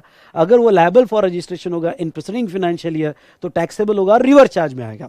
नॉन बिजनेस एंटिटी होगा तो एग्जम्प्ट है। हाँ, टैक्सेबल क्या है मैं आपको बता दूं, अगर इंडिविजुअल एडवोकेट और फर्म ऑफ एडवोकेट दूसरे कोई इंडिविजुअल एडवोकेट और फर्म ऑफ एडवोकेट को सर्विस दे तो यहां एग्जम्प्ट है, लेकिन सीनियर एडवोकेट, सुनो, सीनियर एडवोकेट अगर किसी अनादर एडवोकेट या फर्म ऑफ एडवोकेट के सर्विस दे रहा है तो वो टैक्सेबल है, वो टैक्सेबल है। लेकिन मतलब एक सीनियर एडवोकेट अगर अदर एडवोकेट को सर्विस दे रहा है तो वो टैक्सेबल है, या फर्म ऑफ एडवोकेट को सर्विस दे रहा है टैक्सेबल है, पर जो सर्विस लेने वाला है वो तो एडवोकेट है, एडवोकेट है तो वो भी बिजनेस एंटिटी है। ओके, अब रिसिपिएंट पे फोकस करो, वो बिजनेस एंटिटी है क्योंकि प्रोफेशन बिजनेस में आता है, एडवोकेट प्रोफेशन है तो वो भी बिजनेस एंटिटी है। तो वो जो पहला वाला एग्जम्पशन है, यानी जो सर्विस लेने वाला एडवोकेट होगा अगर उसका aggregate turnover preceding financial year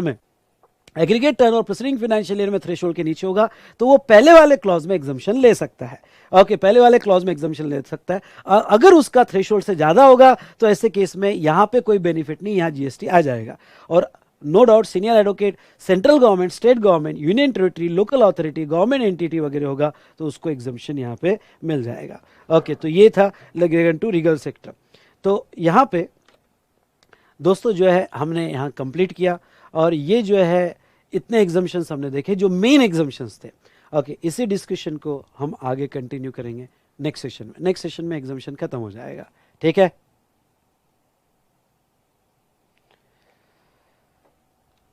ठीक है, चलिए।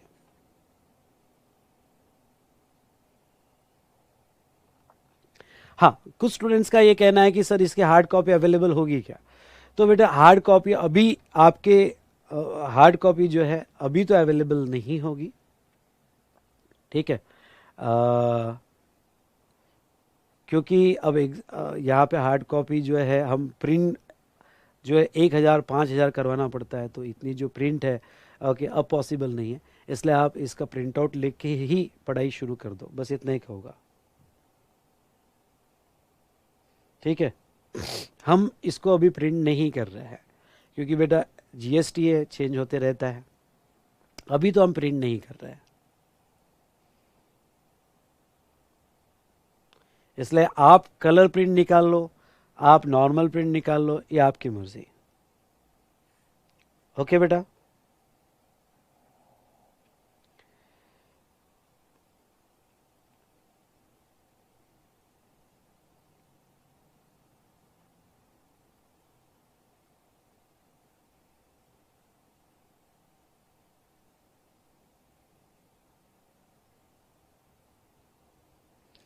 नहीं नहीं, अभी अप्लीकेबल नहीं होगी।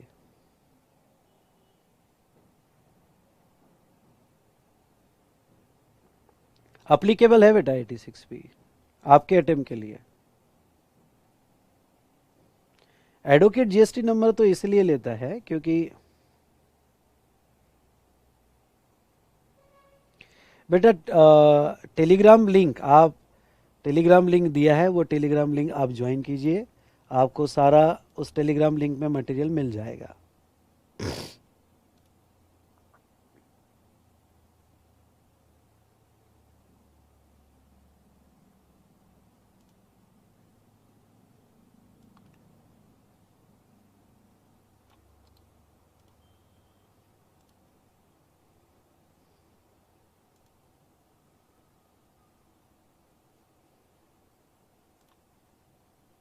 तो डिस्क्रिप्शन में आपको टेलीग्राम लिंक दिया हुआ है, वो आप ज्वाइन कीजिए, उसमें सारा मटेरियल मिल जाएगा, ठीक है।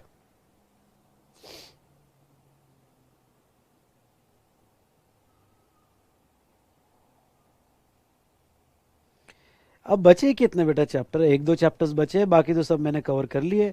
आप नीचे प्लेलिस्ट में आपको सारे चैप्टर्स मिल जाएंगे। डिस्क्रिप्शन कॉलम में प्लेलिस्ट देखो, प्लेलिस्ट में आप मतलब इस वीडियो के डिस्क्रिप्शन में देखो, सारे प्लेलिस्ट में चैप्टर मिल जाएंगे। अब बचे कितने? एक दो चैप्टर्स बचे हैं रिवीजन के लिए।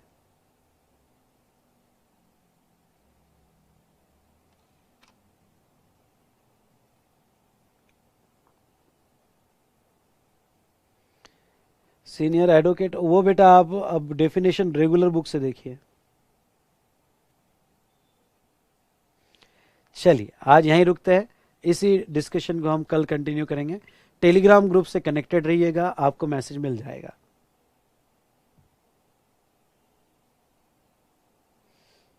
डन।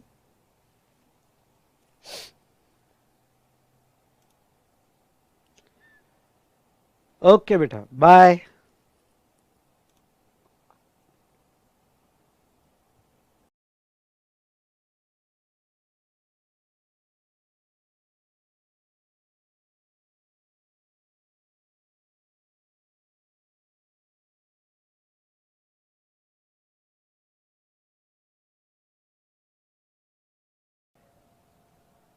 चलिए, तो बेटा आज हम एग्जाम्शन का जो सेकंड वाला पार्ट है वो हम कंप्लीट करेंगे, ठीक है। यस, हमने लीगल सर्विस तक कंप्लीट किया था, अब इसके आगे का डिस्कशन हम स्टार्ट करेंगे।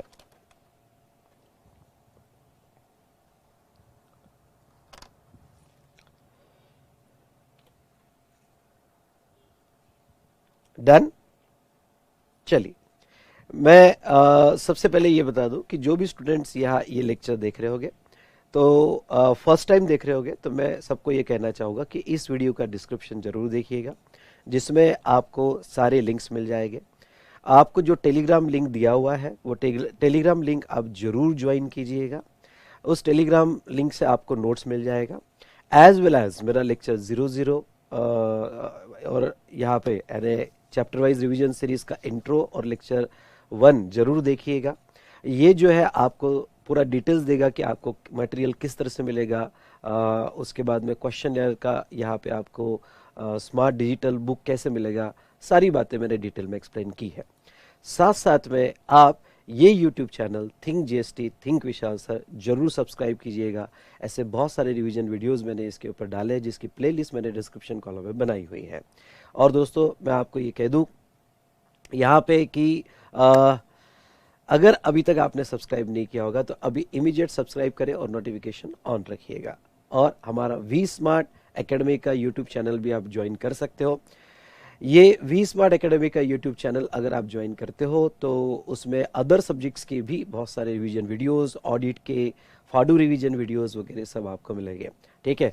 और मैं आपको ये बता दूं, बहुत इंपॉर्टेंट बात आपके साथ शेयर करना चाहता हूँ। कुछ फ्रॉड मिल्स और कॉल शेयर हो रहे हैं, जैसे यहाँ पे फ्रॉड मिल मेरे नाम से और यहाँ yes Y Y Y smart book करके ऐसे कुछ नाम से फ्रॉड मेल शेयर हो रहे हैं। तो बेटा मैं आपको कह दूं, यहाँ पे आपको जो भी मेल आएगा ऑथेंटिकेटेड मेड वी स्मार्ट का जो है वो आपको जहाँ तक देखा जाए तो @vsmartacademy.com से ही आएगा, @vsmartacademy.com से आएगा। इसीलिए अगर पहली बात तो सारे जो आप यहाँ पे टेस्ट सीरीज हो, बुक्स हो या कोर्सेज बाय करना चाहते हो, हम आपको हमारे पोर्टल पे ही अवेलेबल करवाते हैं। हम आपको कोई भी ऐसी लिंक नहीं देते कि जिससे आपको पेमेंट करना हो। सभी पेमेंट आपको पोर्टल पे ही करने पड़ते हैं। इसलिए ऐसे फ्रॉडुलेंट मेल, मुझे नहीं पता फ्रॉड है या नहीं है, पर ऐसे कोई भी मेल्स जो मोस्टली रिजेंबल्स करते हैं या वी स्मार्ट एकेडमी के साथ या मेरे नाम के साथ, आप जब तक @vsmartacademy.com से ना आए ओके तब तक उसे कोई भी आप यहाँ पे रिप्लाई ना कीजिएगा या उसमें कोई भी स्कैम में ना अटकिएगा। ठीक है। तो चलिए, सो दोस्तों good evening to all of you. चलिए स्टार्ट करते हैं हमारा आज का सेकेंड रिवीजन। यस, एग्जम्पशन का हमने लीगल सर्विस देख लिया था। अब आते हैं पैसेंजर ट्रांसपोर्ट सर्विस पे। ठीक है। तो अब ये पैसेंजर ट्रांसपोर्ट सर्विस, सिंपली इसको कैसे याद रखना, मैंने चार्ट बना के दिया है। ट्रांसपोर्ट सेक्टर, पैसेंजर और गुड्स ट्रांसपोर्ट सेक्टर, इसमें छोटे से एडजस्टमेंट से एमसीक्यू क्वेश्चंस आपको पूछे जा सकते हैं। तो ये आपको कैसे याद रखना है, देखिए। ओके, पूरा ट्रांसपोर्ट सेक्टर आपको बस, कैब्स, रेलवे, वाटर, एयर, इस 5 पार्ट में डिवाइड करना है। क्योंकि पैसेंजर को बाय रोड लिया जाता है, बाय रोड ट्रांसपोर्ट किया जाता है, by railway, by water and by air. चलिए, अब मैं रोड में लूँ तो बस और metre cab.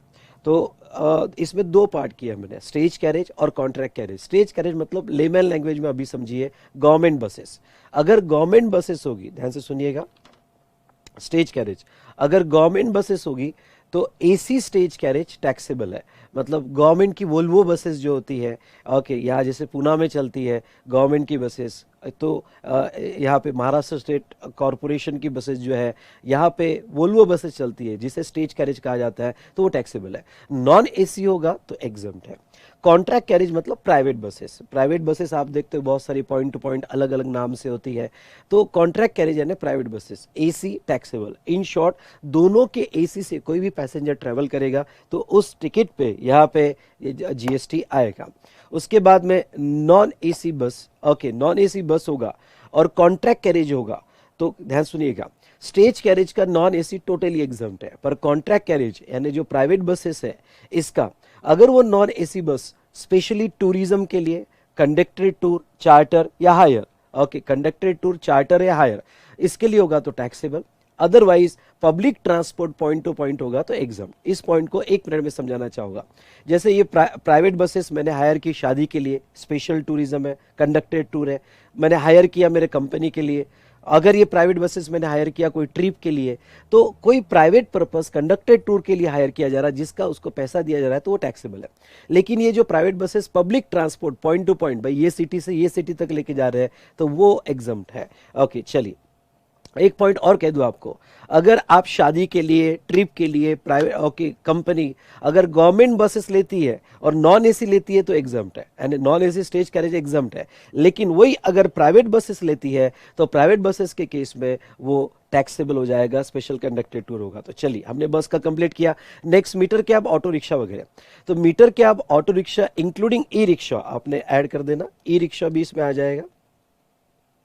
Okay, e rickshaw जैसे दिल्ली में यूज होता है। ओके, तो मीटर कैब, ऑटो रिक्शा और ई रिक्शा ये एग्जम्प्ट है। पर बाकी सभी कैब, ओके, ये टैक्सीज जिसमें मीटर नहीं है, प्राइवेट टैक्सीज है, सिटी टू सिटी टैक्सीज है, जूम की टैक्सीज है, बाकी सब टैक्सेबल होगा। तो रोड ट्रांसपोर्ट में हमने ये सब कुछ देख लिया। ओके, नेक्स्ट बेटा रेलवे। रेलवे में दो चीजें मैंने ली है, railway and metro, monorail, tramway. अगर हमारी इंडियन रेलवे की बात करें तो रेलवे में फर्स्ट क्लास, ध्यान सुनिएगा, यहां पे फर्स्ट क्लास और एसी क्लास, एसी क्लास ये टैक्सेबल है। ओके, बहुत सारी ट्रेन्स में यहाँ पे एसी क्लास होता है, जैसे first, second and third AC, और फर्स्ट क्लास भी होता है जो एसी ना भी हो लेकिन फर्स्ट क्लास डिब्बा होगा तो वो सिचुएशन में वो टैक्सेबल होगा। लेकिन बाकी स्लीपर क्लास, ओके, यहाँ पे ऑर्डिनरी क्लास ये एग्जम्प्ट रहेगा। Metro, monorail, tramway totally exempt है, क्योंकि गवर्नमेंट इंडियन इंफ्रास्ट्रक्चर के मेट्रो, मोनोरेल, ट्रैमवे को प्रमोट करना चाहती है।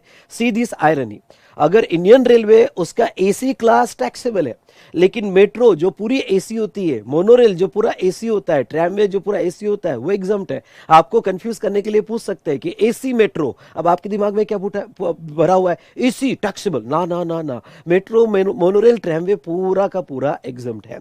ओके, फिर हम बात करेंगे वाटर ट्रांसपोर्ट। ओके, हाँ, फिर हम बात करेंगे वाटर ट्रांसपोर्ट, इनलैंड वाटरवे से, देखिए इनलैंड वाटरवे और दूसरा वेसल।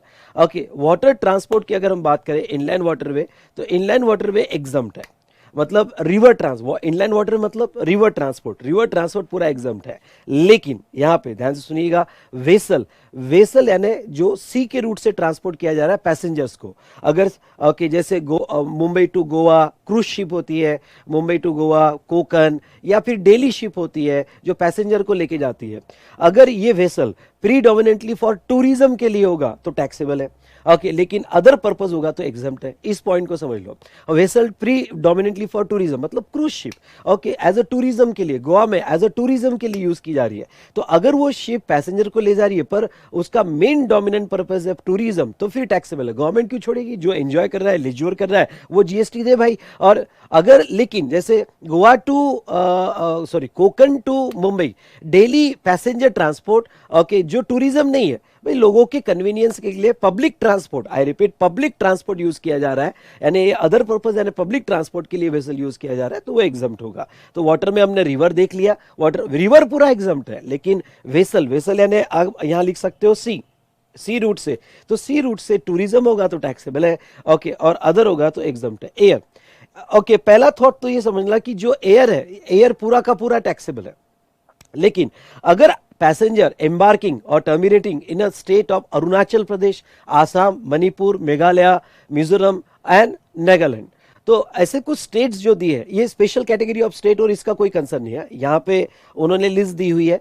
तो ऐसे कुछ स्टेट यहाँ पे दिए, अगर पैसेंजर यहाँ पे जा रहा है, एम्बार्किंग कर रहा है, ओके सॉरी टर्मिनेशन कर रहा है, मतलब पुणे से, मुंबई से, सूरत से, ये स्टेट में जा रहा है या वहां से आ रहा है, यानी ये स्टेट में जाने की टिकट और वहां से आने की टिकट एग्जम्प्ट है बाय एयर होगा तो, क्योंकि गवर्नमेंट इस एरिया का passenger transport by air promote करना चाहती है। हिली एरिया है तो गवर्नमेंट ये एरिया में प्रमोट करना चाहती है, इसलिए ये एरिया में एग्जम्पशन है।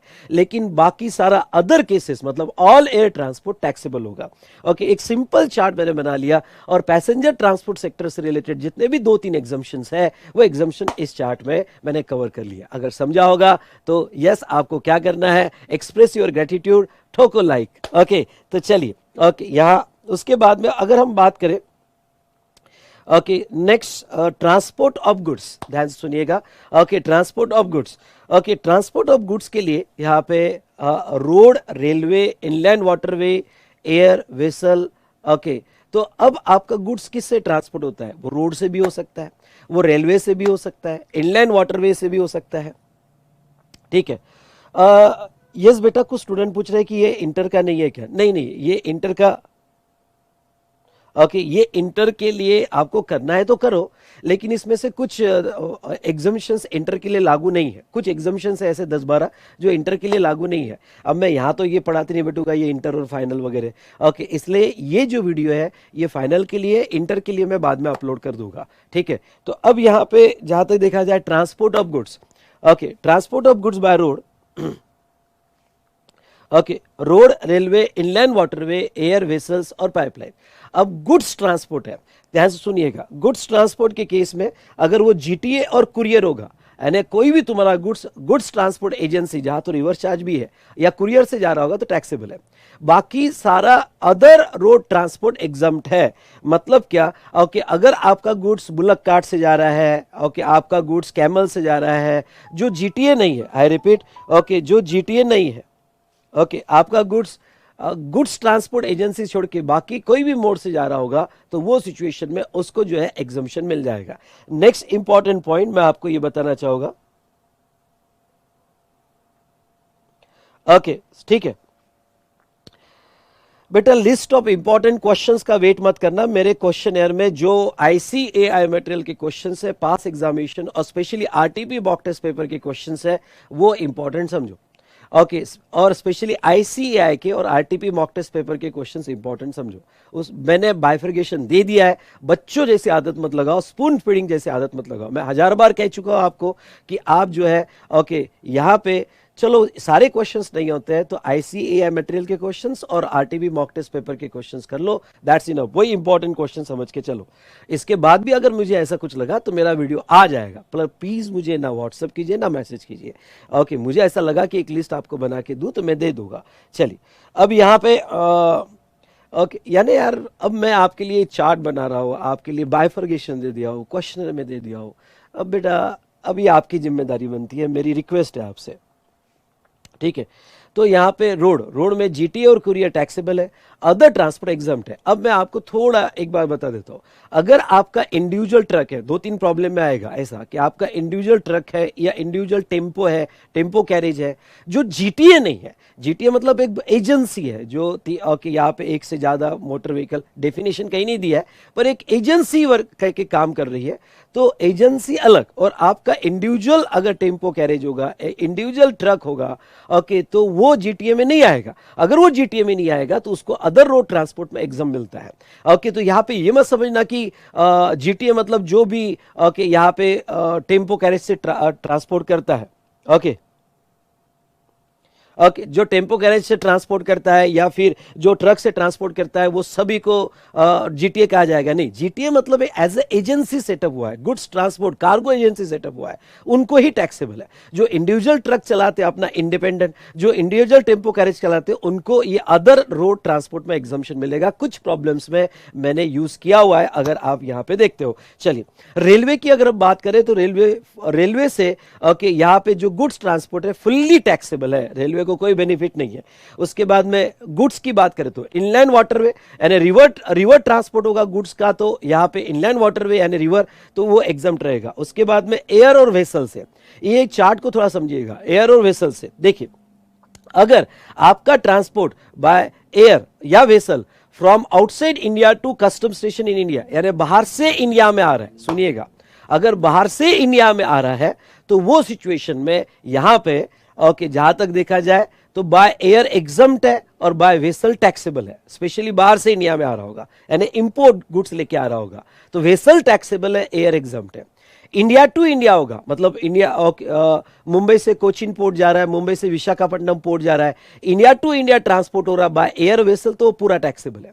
और from custom station of India to place outside India, मतलब क्या, आप बाय एयर और वेसल ट्रांसपोर्ट सर्विस दे रहे हो और आप गुड्स को इंडिया के बाहर लेके जा रहे हो, यानी आप किसी के गुड्स को, एक्सपोर्ट गुड्स को इंडिया के बाहर लेके जा रहे हैं, आप ट्रांसपोर्टर हो, ये सब ट्रांसपोर्टर ही है, ट्रांसपोर्टर हो और बाय एयर हो बाय वेसल हो तो वो एग्जम्प्ट है अप टू 31 मार्च 2022 तक। ओके, ये अमेंडमेंट है कि ये एग्जम्पशन एक्सटेंड कर दिया गया। मतलब मेरा ये कहना है, आपको अगर याद रखना है, ख्याल देना है, तो इंडिया की इंडिया में टैक्सेबल है पूरा एयर वेसल ट्रांसपोर्ट, और बाहर से इंडिया में अगर इंपोर्ट गुड्स आता है तो एयर जहां तक देखा जाए यहाँ पे बाय एयर जो है ओके वो एग्जम्प्ट है और बाय वेसल जो है वो यहाँ पे टैक्सेबल है, इतना ध्यान रखना है। ओके, और यहाँ इंटर के लेवल पे ये पढ़ने की जरूरत नहीं क्योंकि उनको आईजीएसटी एक्ट नहीं है। ओके, इंटर लेवल पे ये दोनों एग्जाम्शन जो है ओके ये पढ़ने की जरूरत नहीं, पर एक फ्लो था इसलिए मैंने आपको ये पढ़ा दिया। ओके, तो ये था रिगार्डिंग टू एयर वेसल, और पाइपलाइन और कंड्यूट होगा तो ये फुल्ली टैक्सेबल है।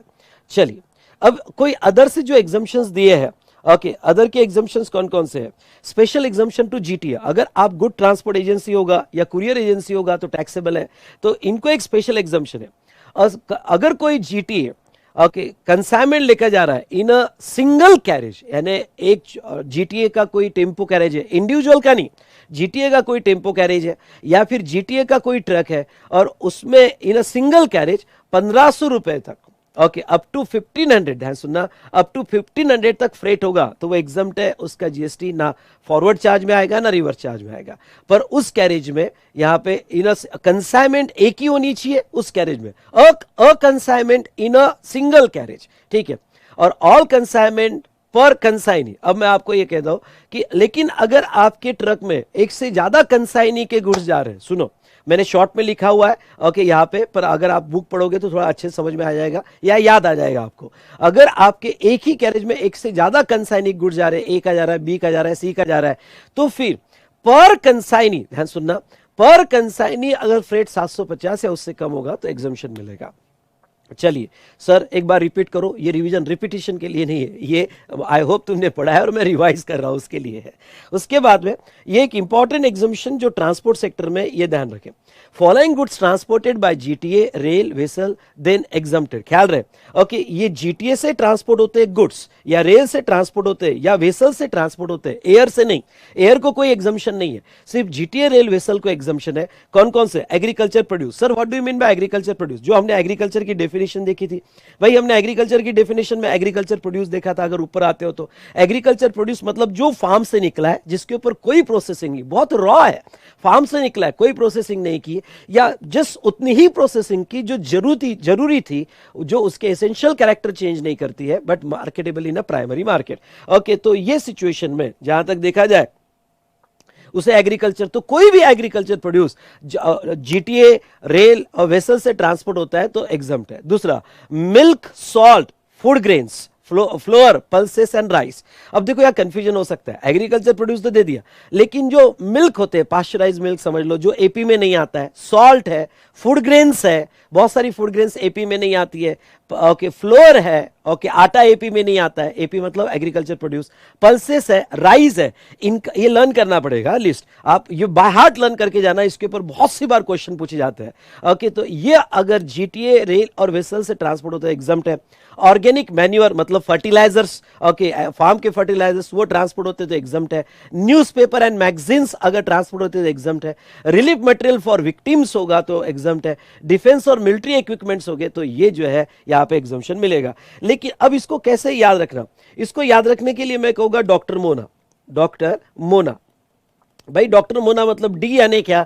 तो डी यानी डिफेंस और मिलिट्री इक्विपमेंट्स। ओके, आर मतलब क्या? तो रिलीफ मटेरियल। एम मतलब क्या? तो एम मतलब यहाँ पे milk salt, okay milk salt. Okay, ओ मतलब क्या? तो ऑर्गेनिक मैन्योर। एन मतलब क्या? तो एन न्यूज़पेपर। ए मतलब क्या? Agriculture produce. ओके, इस तरह से आप याद रख सकते हो, इसका मेमोरी टेक्निक आप बना सकते हो, डॉक्टर मोना। ओके, चलो पसंद आया होगा तो ठोको लाइक। ओके, तो ये हमने देखा रिगार्डिंग टू यहाँ पे ये जो एग्जम्पशन है गुड्स ट्रांसपोर्ट सेक्टर में। और कुछ एग्जम्पशन सुने दिए, और ये देखो क्या है, service provided by GTA to department और establishment of government local authority और government agency who has taken a registration only for TDS। ये मैंने रिवर्स चार्ज में भी आपको पढ़ाया था। अगर जीटीए सर्विस, रिवर्स चार्ज याद करो, जीटीए सर्विस और GTA service government department, state department, सुनो government department, state department, okay, या गवर्नमेंट एजेंसी को दी जा रही है जो ओनली टीडीएस डिडक्ट करने के लिए रजिस्टर्ड है, मतलब वैसे रजिस्टर्ड नहीं है पर उनको टीडीएस काटना पड़ रहा है अंडर टीडीएस लॉ और उसके लिए रजिस्टर्ड है, तो वो सिचुएशन में उसको एग्जम्पशन दिया जाएगा। ये एग्जम्पशन पहले भी देखा था। इसके बाद में ये जो सीरियल नंबर 22 का एग्जम्पशन है, ये इंपॉर्टेंट है। ओके, इसके ऊपर बहुत सी बार क्वेश्चन पूछे जाते हैं। Service by way of hiring, okay giving on hire, यानी ट्रांसपोर्टेशन सर्विस नहीं है, रेंटिंग सर्विस है। ऑन हायर मतलब रेंट पे दिया जा रहा है। Sir what is the difference between transportation and renting? Transportation मतलब हम हमारी गाड़ी नहीं देख रहे, गाड़ी हमारे कंट्रोल में है, हाँ आपका गुड्स दो, आप पैसेंजर और हम लेके जाएंगे, वो ट्रांसपोर्टेशन है। और हायरिंग मतलब गाड़ी हमने आपको दे दिया। ओके, तो यहां ख्याल रहे हायरिंग को एग्जम्पशन है। हायरिंग क्या है, तो service by way of giving on hire, giving on hire, तो पहला okay, a state transport undertaking motor vehicle mean to carry more than 12 passenger. मतलब आपने यहां पे ओके एक minute, giving on hire, service by way of giving on hire a motor vehicle, या एक word add करना, hire a motor vehicle, motor vehicle वो आया नहीं, मैं करेक्टेड होगा तो कोई प्रॉब्लम नहीं तो मैं करेक्ट करके डाल दूंगा। ओके, तो आप मोटर व्हीकल दे रहे हो हायरिंग पे, किसको दे रहे हो, स्टेट ट्रांसपोर्ट अंडरटेकिंग, जैसे महाराष्ट्र में Maharashtra state transport okay undertaking corporation जो है, ओके, तो यहां पे एसटी महामंडल स्टेट ट्रांसपोर्ट कॉर्पोरेशन जो है, तो अगर आपने अपनी बसेस है या कोई भी व्हीकल मोटर व्हीकल ओके आपने स्टेट ट्रांसपोर्ट अंडरटेकिंग को दिया, मोटर व्हीकल, हाँ दिया है आगे, सॉरी दिया है आगे, आपने स्टेट ट्रांसपोर्ट अंडरटेकिंग को मोटर व्हीकल दिया to carry more than 12 passenger, यानी आपने बसेस हायर पे दिया पैसेंजर्स के लिए तो एग्जम्प्ट है। दूसरा ए ओके अ लोकल अथॉरिटी को दिया, और क्या दिया तो ये लिखने की जरूरत नहीं है बेटा, है ऑलरेडी है, क्या दिया वो दिया उसमें, to a local authority electric operated vehicle mean to carry more than 12 passenger, यानी लोकल अथॉरिटी यानी पुणे म्युनिसिपल कॉर्पोरेशन, ओके यहाँ पे पिंपरी चिंचवड म्युनिसिपल कॉर्पोरेशन, आप जो भी सिटीज में रहते हो वो म्युनिसिपल कॉर्पोरेशन को इलेक्ट्रिक व्हीकल ओके बसेस वगैरह उनको ऑपरेट करने के लिए दिया जिसमें 12 से ज्यादा पैसेंजर है, एग्जम्प्ट है। हाँ, ये तीसरा वाला बड़ा इंपॉर्टेंट है, इसके ऊपर ये जीटीए का फेवरेट है। अगर आपने हायर पे दिया to GTA for means of transportation of goods, यानी क्या, अगर आप गुड ट्रांसपोर्ट एजेंसी को अपने ट्रक या अपना कोई भी व्हीकल, आप गुड ट्रांसपोर्ट एजेंसी को अपने ट्रक या अपना कोई भी व्हीकल ओके रेंट पे देते हो, रेंट पे देते हो अपना ट्रक वगैरह, तो उसके ऊपर जीएसटी नहीं आएगा। और उसके बाद में स्टूडेंट फैकल्टी और staff okay of an educational institution providing services by way of pre school education up to higher and secondary school, okay okay यहां पे आप हायर पे दे रहे हो for transportation of student faculty और staff of educational institution providing service okay by way of pre school. मतलब क्या, आप ऐसे ट्रांसपोर्टर को, ध्यान सुनिएगा, आप ऐसे ट्रांसपोर्टर को अपना बस हायर पे दे रहे हो या व्हीकल हायर पे दे रहे हो जो एजुकेशनल इंस्टीट्यूशन को सर्विस दे रहा है। आई रिपीट, जो एजुकेशनल इंस्टीट्यूशन को सर्विस दे रहा है, तो वो सिचुएशन में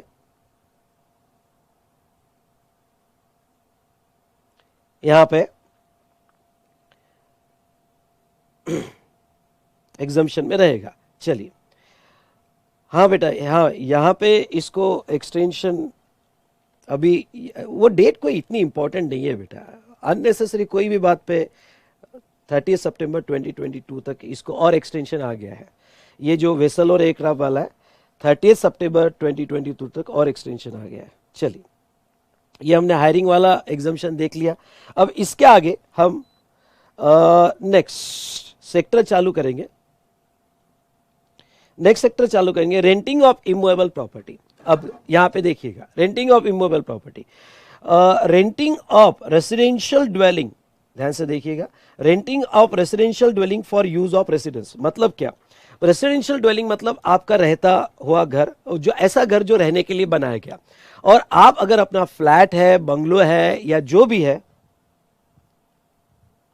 ओके फ्लैट है, बंगलो है या जो भी है, और ये जो है आपने एक्सटेंड कर दी, सॉरी ये फ्लैट है, बंगलो, और आपने ये रेंट पे दिया, और वो रेंट जो है फॉर यूज ऑफ रेसिडेंस के लिए दिया। I repeat, okay for use of residence के लिए दिया तो एग्जम्प्ट है। ओके, और ख्याल रहे इसमें रेसिडेंशियल ड्वेलिंग मतलब लॉन्ग टर्म यूज के लिए दिया। अगर आप अपना घर विला है, गोवा में विला है और डेली बेसिस पे दे रहे हो, तो रेसिडेंशियल ड्वेलिंग नहीं बोला जाएगा। रेसिडेंशियल ड्वेलिंग मतलब लॉन्ग टर्म यूज के लिए दिया गया, रेसिडेंस के लिए दिया जाए तो एग्जम्प्ट है। अगर आपने अपना फ्लैट वगैरह ऑफिस पर्पस के लिए दिया गया तो टैक्सेबल है। आपने अपना फ्लैट ऑफिस कम रेसिडेंस के लिए दिया तो मिक्स अप्लाई होगा, हाईएस्ट रेट में टैक्सेबल हो जाएगा, मतलब वो भी टैक्सेबल हो जाएगा। ओनली रेसिडेंस के लिए दिया तो वो एग्जम्प्ट रहेगा। चलिए, उसके बाद में renting of hotels inn etcetera. Renting of hotel, तो देखो service by way of hotel, in, guest house, club और कैंप साइट और whatever the name called, okay, और आपने रेंट पे दिया, ओके, रेसिडेंशियल और लॉजिंग पर्पस के लिए, okay, renting other than residential lodging तो टैक्सेबल, यानी जो भी होटल वाले okay, inn guest house, club, camp site या कुछ भी नाम हो, विला हो, कुछ भी हो, आप डेली बेसिस पे दे रहे हो, रेसिडेंशियल पर्पस के लिए दे रहे हो, और जिसमें वैल्यू ऑफ सप्लाई जो सेक्शन 15 के हिसाब से निकाला जाएगा, मतलब ट्रांजैक्शन वैल्यू सभी एडिशन डिस्काउंट काट कर, यानी डिस्काउंट काट कर जो वैल्यू आएगी after deduction of discount, okay, और जो यूनिट अकोमोडेशन, एक रूम का भाड़ा आपका बिलो और इक्वल्स टू 1000 पर डे होगा और इक्विवेलेंट होगा, यानी 1000 पर डे, ओके, और इक्विवेलेंट होगा, तो वो सिचुएशन में 1000 या उससे नीचे अगर एक रूम का भाड़ा होगा, और वो 1000 कैसे निकाला जाएगा, 1000 में टीवी प्लस जो भी एक्स्ट्रा लिया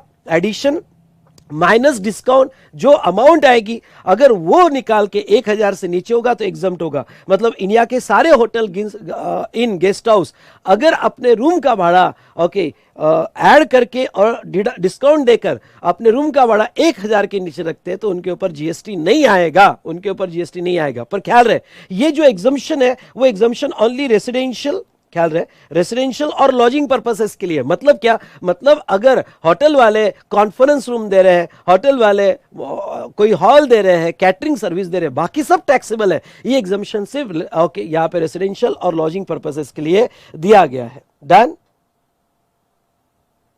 चलिए हमने ये देखा regarding to hotel in guest house.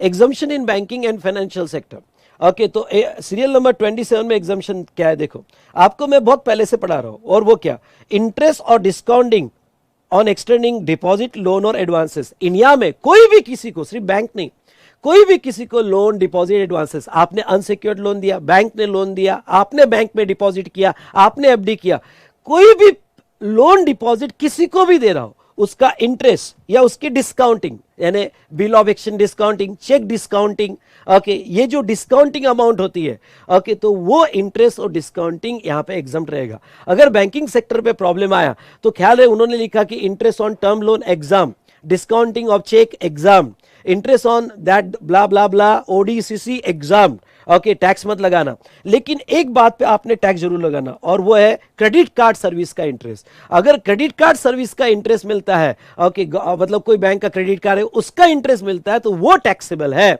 Okay, accept मतलब ये टैक्सेबल होगा, ठीक है। तो ये था regarding to interest and discounting. Okay, second देखो, दो टाइप के इंटरेस्ट होते हैं, एक लोन एडवांसेस और डिपॉजिट, वो एग्जम्प्ट है, और डिले पेमेंट ऑफ कंसिडरेशन तो वो सेक्शन 15(2) में ऐड होता है। उसके बाद में यहां पे इंटरसेल सेल और purchase of foreign currency. Okay, मतलब क्या, नॉर्मली जो फॉरेन करेंसी आपको सर्विस की डेफिनेशन यूज होगा, तो यहां पे जो मनी दे रहा है, ले रहा है और उसका सेपरेट कमीशन चार्ज कर रहा है, वो सर्विस है, जीएसटी आता है उसके ऊपर। लेकिन ये ट्रांजेक्शन अमॉन्ग्स बैंक मतलब बैंक के बीच में हो रहे हैं, एक बैंक दूसरे को फॉरेन करेंसी दे रही है, कमीशन ले रही है, या अमॉन्ग्स डीलर, यानी ये फॉरेन एक्सचेंज डीलर जो होते हैं, आप एयरपोर्ट पे देखते हो, dealer to dealer currency exchange हो रही है और वो कमीशन ले रहे हैं, या अमॉन्ग्स बैंक एंड डीलर, इन तीन लोगों में अमॉन्ग्स होता है, तो वो सिचुएशन में यहां पे एग्जम्पशन रहेगा। लेकिन ख्याल रहे, ये bank to bank, dealer to dealer, bank to dealer, इनको ही एग्जम्पशन है। मतलब अगर ये foreign currency exchange bank to customer होता है तो टैक्सेबल है, ओके, लेकिन इन तीनों के बीच में होता है तो एग्जम्पशन मिलेगा। ये हुई ना बात, ओके, चलिए। Now all other services of bank, FI, NBFC are taxable. सिर्फ इंटरेस्ट और डिस्काउंटिंग और बैंक टू बैंक ये वगैरह एग्जम्प्ट है। उसके बाद में ओके, एग्जम्पशन नंबर 34, ये कोई इतना इंपॉर्टेंट नहीं है, आपने देख लेना। 35 ये भी आपने देख लेना। अब मैं यहाँ पे जो जो एग्जम्पशन इंपॉर्टेंट है वही यहाँ पे आपको अच्छे से कवर कर लूंगा। चलिए अब आप नेक्स्ट आ जाइए, एजुकेशन सेक्टर, इंपॉर्टेंट एग्जम्पशन है। एजुकेशन सेक्टर का एक इंपॉर्टेंट एग्जम्पशन यहाँ पे हम लेंगे। चलिए अब ये देखो क्या है, educational institution, I repeat educational institution. तो यहां पे total educational institution 4 educational institution दी है, कोई भी प्राइवेट कोचिंग क्लासेस वगैरह नहीं। यहां जो डिफाइन की है वो एजुकेशनल इंस्टीट्यूशन मानी जाएगी। और ये एजुकेशनल इंस्टीट्यूशन, ख्याल रहे, ओके, ये एजुकेशनल इंस्टीट्यूशन जो सर्विस प्रोवाइड करती है, ओके, सर्विस प्रोवाइडेड बाय और सर्विस रिसीव्ड बाय, ओके, तो दोनों इसमें हमें एग्जम्पशन देखना है कि ये कौन सी सर्विस देती है तो एग्जम्प्ट है और कौन सी सर्विस लेती है तो एग्जम्प्ट है। ओके, तो पहला जो है ओके, प्री स्कूल और हायर एंड सेकेंडरी स्कूल ये एजुकेशनल इंस्टीट्यूशन में आएगा। उसके बाद में कॉलेज, यूनिवर्सिटीज और institution providing education for qualification recognised by law. Okay, ऐसा हर वो क्वालिफिकेशन जो रिकॉग्नाइज्ड बाय इंडियन लॉ हो, फॉरेन लॉ नहीं, रिकॉग्नाइज्ड बाय इंडियन लॉ हो, ऐसे सारे कॉलेजेस, यूनिवर्सिटीज या कोई भी इंस्टीट्यूशन ये सर्विस प्रोवाइड करे एजुकेशन सर्विस, तो वो एजुकेशनल इंस्टीट्यूशन में आएगा। Approve vocational courses of NCVT, SCVT, तो ये जो अब उसमें भी उन्होंने कौन से एनसीवीटी और एससीवीटी कोर्सेज दिए, याद रहे तो ठीक, अदरवाइज जब भी आपको एनसीवीटी और SCVT, okay, national council of vocational training और state council of vocational training, इनके अगर दिखे तो आपने समझ जाना कि वो एजुकेशनल इंस्टीट्यूशन है। और central and state educational board, come on, मैंने क्या कहा, central and state educational board to the extent of conduct of examination to the student. मतलब ये जो सेंट्रल बोर्ड होते हैं, एजुकेशनल बोर्ड और स्टेट एजुकेशनल बोर्ड, सीबीएसई और एसएससी, ये भी एजुकेशनल इंस्टीट्यूट मानी जाएगी, पर सभी पर्पस के लिए नहीं। बहुत इंपॉर्टेंट स्टेटमेंट है, ये एजुकेशनल इंस्टीट्यूशन मानी जाएगी पर सभी पर्पस के लिए नहीं, only to the conduct of examination to the student, यानी स्टूडेंट की जो एग्जाम कंडक्ट करने के लिए जो उनकी एक्टिविटी होगी वही एजुकेशनल इंस्टीट्यूशन तक सीमित रहेगी। ओके, तो ऐसे केस में ये अगर एजुकेशनल इंस्टीट्यूशन होगी और 4 इसमें डिफाइंड है, तो ये एजुकेशनल इंस्टीट्यूशन कौन सी सर्विस देते हैं, तो एग्जम्पशन है, तो वो कहते हैं एनी सर्विस, ध्यान सुनिएगा भाई, वो कहते हैं any service supplied by such educational institution to its student, faculty and staff. Okay, यानी अगर ये कोई भी सर्विस, नाम कुछ भी हो यार, वो एजुकेशन फीस हो, लैब चार्जेस हो, ट्रांसपोर्टेशन हो, कैटरिंग हो, कोई भी हो, ओके, कोई भी सर्विस अगर वो स्टूडेंट, फैकल्टी और स्टाफ को दे तो एग्जम्प्ट है। मतलब स्कूल वाले कोई भी सर्विस स्टूडेंट, फैकल्टी और स्टाफ, ओके, कॉलेज, यूनिवर्सिटी जो रिकॉग्नाइज कोर्स प्रोवाइड कर रहे हैं वो कोई भी सर्विस स्टूडेंट, फैकल्टी और स्टाफ एग्जम्प्ट है। फिर वो लैब सर्विस हो, एजुकेशन फीस हो, ट्रांसपोर्टेशन स्टूडेंट, फैकल्टी और स्टाफ से ले, ओके, एनसीवीटी, एससीवीटी ले, और सेंट्रल और state board to the conduct of examination, बाकी नहीं, to the conduct of examination कोई भी फीस स्टूडेंट, फैकल्टी और स्टाफ से ले तो वो एग्जाम्प्ट रहेगा। दूसरा, service by way of conducting examination against entrance fees कर देना, मैं चेंज कर दूंगा, ये इंटरेस्ट नहीं, एंट्रेंस फीस, एंट्रेंस फीस। अब ये एंट्रेंस बहुत सी बार, जैसे IIM इंस्टीट्यूट है, ओके, वो एंट्रेंस एग्जामिनेशन लेती है, बहुत सारी एजुकेशनल इंस्टीट्यूशन जो इसमें कवर्ड होती है एंट्रेंस एग्जामिनेशन लेती है, तो एंट्रेंस एग्जामिनेशन का जो एंट्रेंस फीस होगा वो एग्जाम्प्ट रहेगा। तो बेटा बस ये 2 ही एग्जम्पशन है, इसके अलावा बाकी सब टैक्सेबल है। यानी बहुत सी बार स्कूल, कॉलेजेस ऑडिटोरियम रेंट पे देते हैं, टैक्सेबल है, प्लेसमेंट सर्विस देते हैं, टैक्सेबल है, फ्रेंचाइजी सर्विस देते हैं, टैक्सेबल है। ओके, ये तो क्या है कि ये कौन सी सर्विस प्रोवाइड कर रहे हैं तो टैक्स आएगा या नहीं आएगा। अब बेटा ये जो सर्विस ले रहे हैं तो कौन कौन सी सर्विस पे ये एजुकेशनल इंस्टीट्यूशन जो 4 इसमें आती है और ये सर्विसेज ले रहे हैं, तो कौन सी सर्विसेज यहां पे एग्जम्पशन में कवर किया जाएगा, ध्यान सुनना। यहां पे पहला, ट्रांसपोर्टेशन ऑफ स्टूडेंट, फैकल्टी और स्टाफ, ओके, कैटरिंग और सिक्योरिटी, क्लीनिंग एंड हाउसकीपिंग। मतलब अगर कोई एजुकेशनल इंस्टीट्यूशन किसी ट्रांसपोर्ट सर्विस ले, ट्रांसपोर्ट सिर्फ 3 पर्पस के लिए, स्टूडेंट, फैकल्टी और स्टाफ, कैटरिंग और सिक्योरिटी, क्लीनिंग और हाउसकीपिंग सर्विसेज ले, अगर ये सर्विसेज स्कूल, प्री स्कूल और हायर सेकेंडरी स्कूल लेती है तो ही एग्जाम, यानी ये पहली वाली कैटेगरी लेती है तो ही एग्जाम। यानी ये सर्विसेज देखो exempt only if supplied to school, इनको एग्जाम्प्ट है। अगर ये सर्विस कॉलेजेस लेता है, अप्रूव्ड वोकेशनल कोर्स लेता है या ओके बोर्ड लेते हैं तो नहीं, ओनली स्कूल को ये बेनिफिट दिया है ये 3 सर्विस के लिए। उसके बाद में supply of online educational journals और पीरियोडिकल्स, ये सर्विस कॉलेज वाले लेते हैं, only if supplied to college, यानी जो अप्रूव्ड एजुकेशनल कोर्स प्रोवाइड कर रहे हैं वो लेते हैं तो एग्जाम, ओके, यानी क्वालिफिकेशन रिकॉग्नाइज्ड बाय लॉ वो लेते हैं तो एग्जाम। तीसरा, हाँ, और तीसरा, service relating to conduct of examination, very important, service related to admission to, okay, admission to या कंडक्ट ऑफ एग्जामिनेशन, ये सर्विस चारों में से कोई भी ले, okay, exempt is supplied to all educational institution, चारों में से कोई भी ले एग्जाम रहेगा। अब मैं एक इंपॉर्टेंट बात आपको कहने जा रहा हूं, बस ये 4 सर्विस अलग अलग केस में एग्जाम्प्ट है, ये 4 कैटेगरी ऑफ सर्विस अलग अलग केस, सॉरी ये 5 कैटेगरी ऑफ सर्विस अलग अलग केस में एग्जाम्प्ट है। इसके अलावा कोई भी सर्विस एजुकेशनल इंस्टीट्यूशन लेती है, इसके अलावा कोई भी सर्विस एजुकेशनल इंस्टीट्यूशन लेती है तो वो टैक्सेबल है। जैसा प्रॉब्लम में दिया गया, educational institution has taken a building on rent, taxable, okay, audit service taxable, okay, यहाँ पे उसके बाद में जहां तक है इंटरनेट सर्विस टैक्सेबल। तो ये जो सर्विस है इनको एग्जाम्प्ट है, अलग अलग केसेस में बाकी सब सर्विसेज टैक्सेबल। और ख्याल रहे ये एग्जम्पशन सर्विस का है, गुड्स का नहीं। अगर एजुकेशनल इंस्टीट्यूशन यूनिफॉर्म सेल कर रही है, स्टेशनरी सेल कर रही है, तो वो जीएसटी आ सकता है। ये जो एग्जम्पशन है कि service provided to any student, faculty और स्टाफ, ये सर्विस का एग्जम्पशन है, गुड्स का नहीं। बहुत सी बार बहुत सी स्कूल स्टेशनरी बेचती है, जो स्टेशनरी बेचती है तो उस पर जीएसटी आ सकता है। ओके, अगर आपको ये रिवीजन पसंद आ रही होगी तो ठोको लाइक। ओके, यहाँ पे थंब दो बेटा। अब कुछ क्लैरिफिकेशन यहाँ पे। ओके, क्लैरिफिकेशन ये था कि एक मैरीटाइम ट्रेनिंग इंस्टीट्यूट थी, यानी स्पेशल ट्रेनिंग देती थी शिपिंग के लिए, और वो यहाँ पे रिकॉग्नाइज थी अंडर मर्चेंट शिपिंग एक्ट। तो ये मैरीटाइम ट्रेनिंग इंस्टीट्यूट अब ओके रिकॉग्नाइज है under the act, okay recognise by law है, तो क्या ये एजुकेशनल इंस्टीट्यूशन माना जाएगा? तो क्लैरिफिकेशन था यस, ओके ये एजुकेशनल इंस्टीट्यूशन माना जाएगा, और ये जो भी सर्विस स्टूडेंट फैकल्टी और स्टाफ को देते हैं वो एग्जम्प्ट रहेगा। उसके बाद में नेक्स्ट यहाँ पे ये कहा गया था कि आंगनवाड़ी, ओके आंगनवाड़ी, क्या आंगनवाड़ी प्री स्कूल में आएगा? यस, आंगनवाड़ी प्री स्कूल में आएगा। और यहाँ पे ओके वो कोई भी उनको वो कैटरिंग सर्विस यहाँ पे लेते हैं या स्टूडेंट को देते हैं, आंगनवाड़ी ओके प्री स्कूल में आएगा, और वो कैटरिंग सर्विस लेते हैं या देते हैं, वो यहाँ पे एग्जम्प्ट रहेगा। फिर फंडेड बाय गवर्नमेंट हो या प्राइवेट कॉर्पोरेशन हो, किसी ने भी फंड दिया हो, वो एजुकेशनल इंस्टीट्यूशन में आएगा। तो कैटरिंग सर्विस लेते हैं तो भी एग्जाम, और any service provided to student वो भी एग्जाम रहेगा। और उसके बाद में following clarification issued in respect of central और स्टेट बोर्ड इंक्लूडिंग एनबी। अब देखो सेंट्रल और स्टेट बोर्ड है, अभी हमने क्या देखा था, सेंट्रल और स्टेट बोर्ड होगा तो वो सिर्फ एजुकेशनल इंस्टीट्यूशन किसके कहां तक माना जाएगा? To the extent of conduct of examination. इसलिए अगर ये कंडक्टिंग एंट्रेंस एग्जामिनेशन वगैरह होता है तो एग्जाम्प्ट है। ओके, ये इनपुट सर्विस ले रहा है फॉर कंडक्टिंग एंट्रेंस एग्जामिनेशन तो एग्जाम्प्ट है।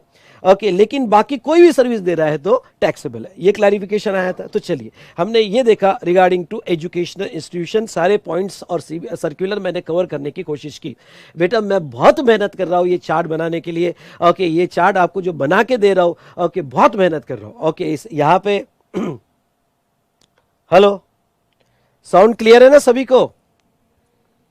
बेटा ये इतना आसान नहीं है जितना आप समझ रहे हो कि भाई एक ही दिन में कौन सी चीज कहां प्लेस करना है, स्पेस मैनेजमेंट। ओके, जहां तक है ये चार्ट के लिए बहुत मेहनत की है, मैंने बहुत मेहनत की है। ओके, और सारे पॉइंट्स कवर होना चाहिए इसमें। या तो आप जो देख रहे हो आपको लग रहा है 3 पेजेस में हो गया, बॉस ओके 70-80 पेजेस को 3 पेजेस में कवर करना और मैक्सिमम पॉइंट्स कवर करना, not a easy job with charts. मैं चार्ट्स भी दे रहा हूं इसके बना के। चलिए यहां पे एग्जम्पशन रिलेटेड टू एंटरटेनमेंट और म्यूजियम, ये एग्जम्पशन देख लेते हैं। ओके, तो यहां पे साउंड क्लियर आ रहा है सभी को? चलिए अब देखो यहां पे मैं ये एंटरटेनमेंट इवेंट 3 इसमें लूंगा। पहला सर्विस जो है परफॉर्मेंस बेस, एडमिशन बेस, और उसके बाद में रिक्रिएशनल एक्टिविटी। ओके, सारे एग्जम्पशन इसमें आ जाएंगे। ओके, तो अब देखो एंटरटेनमेंट सेक्टर में यहाँ पे परफॉर्मेंस बाय आर्टिस्ट होना चाहिए, फोक और क्लासिकल फॉर्म। अब आर्टिस्ट के लिए कोई डिग्री डिप्लोमा नहीं भी रहा तो चलिएगा, लेकिन थोड़ी एक्सपर्टीज तो भी लगना चाहिए कि आर्टिस्ट है। और वो फोक क्लासिकल फॉर्म, ये 2 इसमें कर रहा है, आइदर फोक या सेकंड क्लासिकल फॉर्म में कर रहा है। और ये फोक या क्लासिकल किस में कर रहा है? म्यूजिकल, डांस या थिएटर परफॉर्मेंस कर रहा है, तो एग्जम्पशन मिलेगा। ओके, तो ये केस में एग्जम्पशन मिलेगा। तो यहाँ पे ओके, फोक या क्लासिकल डांस, वेस्टर्न डांस नहीं होना चाहिए, नॉर्मल डांस नहीं होना चाहिए। ओके, और वो म्यूजिक होगा, डांस होगा या थिएटर होगा। ओके, एग्जम्पशन मिलेगा। जहां पर परफॉर्मेंस कंसिडरेशन 1.5 लाख या 1.5 लाख के नीचे है। ओके, यानी पर इनवॉइस 1.5 लाख या 1.5 लाख के नीचे। समझ लो हेमा मालिनी क्लासिकल डांस के लिए चलेगी। ओके, हेमा मालिनी यहाँ पे क्लासिकल डांस के लिए कोई परफॉर्मेंस दे रही है, स्टेज परफॉर्मेंस दे रही है और 5 लाख रुपए ले रही है, तो फिर वो टैक्सेबल है। क्यों? क्योंकि वो 1.5 लाख के ऊपर है। क्यों ना वो क्लासिकल फॉर्म होगा, डांस होगा या म्यूजिक होगा, आर्टिस्ट है लेकिन 1.5 लाख के ऊपर है तो टैक्सेबल होगा। ओके, चलिए, लेकिन अगर यही service as a brand ambassador दे, कम ऑन, यही service as a brand ambassador दे, तो वो सिचुएशन में उसको यहां पे एग्जम्पशन नहीं मिलेगा, वो टैक्सेबल होगा। ये तो देख लिया। अब कुछ इवेंट में आप एडमिशन यानी ticket charges, okay ticket charges, कहां कहां की टिकट एग्जाम्प्ट है भाई, कितने अमाउंट तक एग्जाम्प्ट है, चलो फिर हम जाएंगे एग्जाम होने के बाद, हम यहां पे घूमने जाएंगे। ओके, अब एंटरटेनमेंट इवेंट में देखो वो क्या कहते हैं। एंटरटेनमेंट इवेंट की टिकट, मॉन्यूमेंट की टिकट और जू की टिकट। ओके, तो ये 3 जगह आपको टिकट से एग्जम्पशन दिया है। कितना दिया है चलो देखते हैं, फिर जाएंगे एग्जाम के बाद। ओके, जीएसटी नहीं देंगे।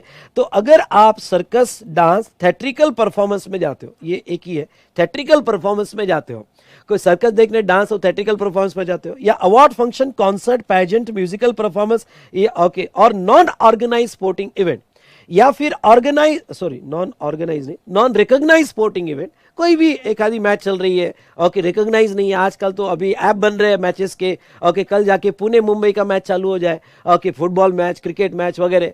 तो नॉन रिकॉग्नाइज स्पोर्टिंग इवेंट या रिकॉग्नाइज स्पोर्टिंग इवेंट या प्लानिटोरियम, ओके, अगर आप ये 4 जगह जाते हो और टिकट की अमाउंट, यहां पे आपकी कंसिडरेशन जो है, टिकट की अमाउंट 500 रुपए से कम है तो एग्जम्प्ट है, यानी टिकट की अमाउंट 500 रुपए से ज्यादा होगा तो वो केस में टैक्सेबल होगा, वो केस में टैक्सेबल होगा। लेकिन 500 या 500 रुपए से कम होगा तो वो केस में एग्जम्पशन रहेगा।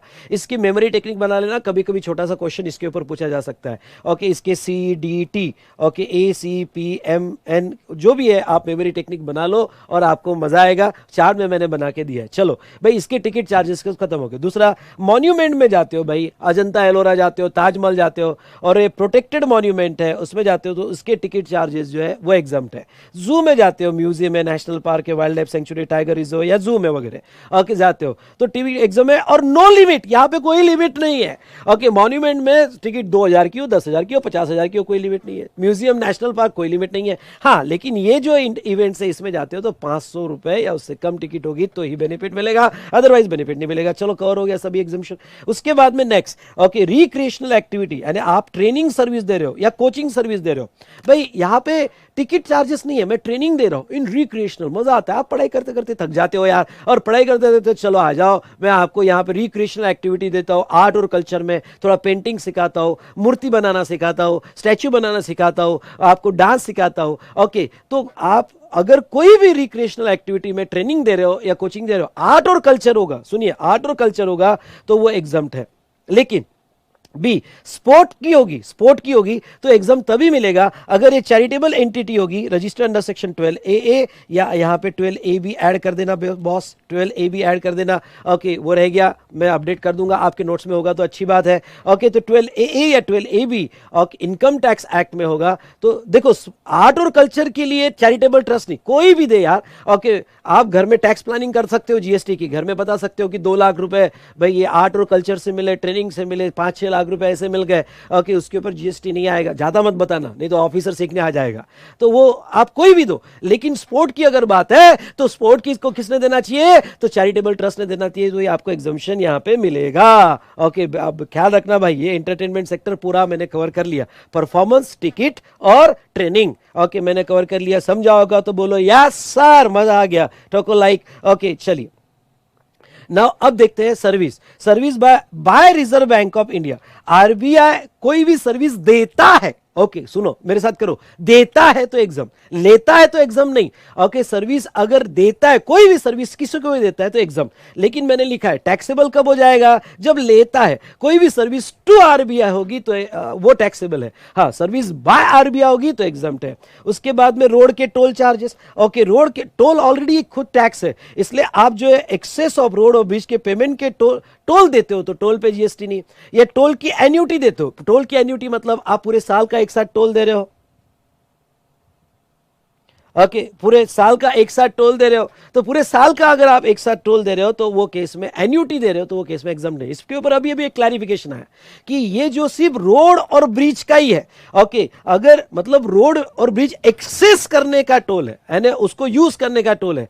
अब समझ लो, रोड कंस्ट्रक्शन का अगर यहां पे आप एन्यूटी दे रहे हो, कंस्ट्रक्शन को बेनिफिट नहीं है, एक्सेस को बेनिफिट है भाई। ओके, उसके बाद में service by foreign diplomatic mission in India, okay, यानी foreign embassies. Okay, foreign embassies by, अगर ये सर्विस देते हैं तो एग्जम्प्ट है फॉरेन एम्बेसीज, और ये सर्विस लेते हैं तो टैक्सेबल है, पर रिफंड मिलता है क्योंकि इनको यूआईएन आता है, यूनिक आइडेंटिफिकेशन नंबर आता है, तो उनको यहां पे रिफंड मिल जाता है, पर टैक्सेबल है। जो इनको सर्विस देगा, ओके, वो टैक्सेबल हो जाएगा। ये हुई ना बात बॉस। चलो, इतने सारे एग्जाम्पशन है, कैसे फटाफट हो रहे हैं ना। ओके, 2-3 पेजेस में सारे 80-90 एग्जाम्पशन खत्म कर देंगे, और इंपॉर्टेंट एग्जाम्पशन तो मैं बहुत अच्छे से ले रहा हूं।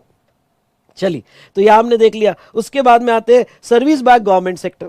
ओके, गवर्नमेंट सेक्टर, तो पहले मेन एग्जाम्शन फिर छोटे छोटे एग्जाम्शंस। ओके, पहले मेन एग्जाम्शंस क्या, service by central government, state government, union territory और local authority excluding the following services exempt रहेगी। ओके, मतलब क्या, ओके, ये एंट्री कहती है कि गवर्नमेंट की सारी सर्विसेज एग्जम्प्ट रहेगी, गवर्नमेंट की सारी सर्विसेज एग्जाम रहेगी, एक्सक्लूडिंग फॉलोइंग। एक्सक्लूडिंग फॉलोइंग मतलब ये 4 सर्विसेज टैक्सेबल होगी। हाँ, ये मत इंटरप्रेट करना कि ये 4 सर्विसेज एग्जाम्प्ट है ना, गवर्नमेंट की, central government, state government, union territory, local authority की सारी services exempt except this 4।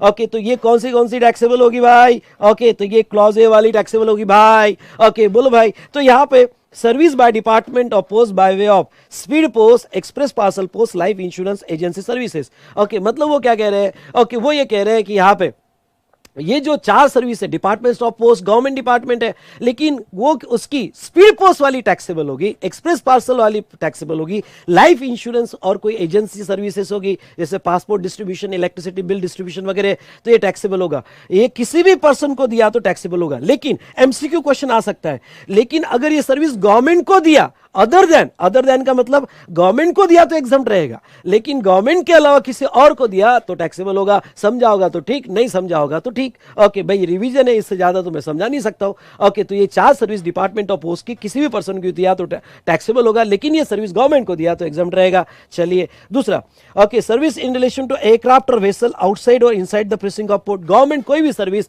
Aircraft और वेसल से रिलेटेड पोर्ट पर दे, ओके, आउटसाइड द पोर्ट दे या इनसाइड द पोर्ट दे, ओके, पोर्ट के अंदर दे, आउटसाइड द पोर्ट दे, और गवर्नमेंट ये सर्विस दे रही है वेसल और एयरक्राफ्ट से रिलेटेड, तो वो टैक्सेबल होगा भाई, टैक्सेबल। ओके, ओके, ये टैक्सेबल होगा, ध्यान से सुनिएगा। ओके, पुष्प का नाम सुन के फ्लावर लगा क्या? नहीं, फायर हूं मैं। ओके, तो अब ऐसे सिचुएशन में दूसरा, ट्रांसपोर्ट ऑफ गुड्स और passenger. Okay, transport of goods और पैसेंजर, तो ऐसे सिचुएशन में गवर्नमेंट कोई भी गुड्स ट्रांसपोर्ट और पैसेंजर ट्रांसपोर्ट गवर्नमेंट क्यों ना दे, वो टैक्सेबल है, बट सब्जेक्ट टू ट्रांसपोर्ट वाले एग्जाम्पशन। हाँ, उसमें अगर इंडियन रेलवे होगी, एसी क्लास होगा, फर्स्ट क्लास होगा तो एग्जाम्प्ट है। तो यहां तो कह दिया कि गवर्नमेंट का भी टैक्सेबल होगा, पर वो एक साथ साथ में ट्रांसपोर्ट वाला एग्जाम्पशन भी देख लेना। और any service other than service covered under A to C provided to business entity. यानी क्या? ओके, ये जो अब other than A to C मतलब क्या? ये जो सर्विस है, पोस्ट वाली सर्विस, ये किसी को भी दे, छोटे बच्चे को दे, बड़े आदमी को दे, या बिजनेस को दे, किसी को भी दे, पोस्ट चार्जेस पे जीएसटी आएगा। ये भी सर्विस किसी को भी दे, ट्रस्ट को दे, किसी को भी दे, टैक्सेबल है। पैसेंजर ट्रांसपोर्ट, एसी क्लास में बच्चा बैठे, पैसेंजर बैठे, पब्लिक बैठे, बिजनेसमैन, सब किसी को भी दे, टैक्सेबल होगा। यानी ये 3 केस में ओके, यहां पे कोई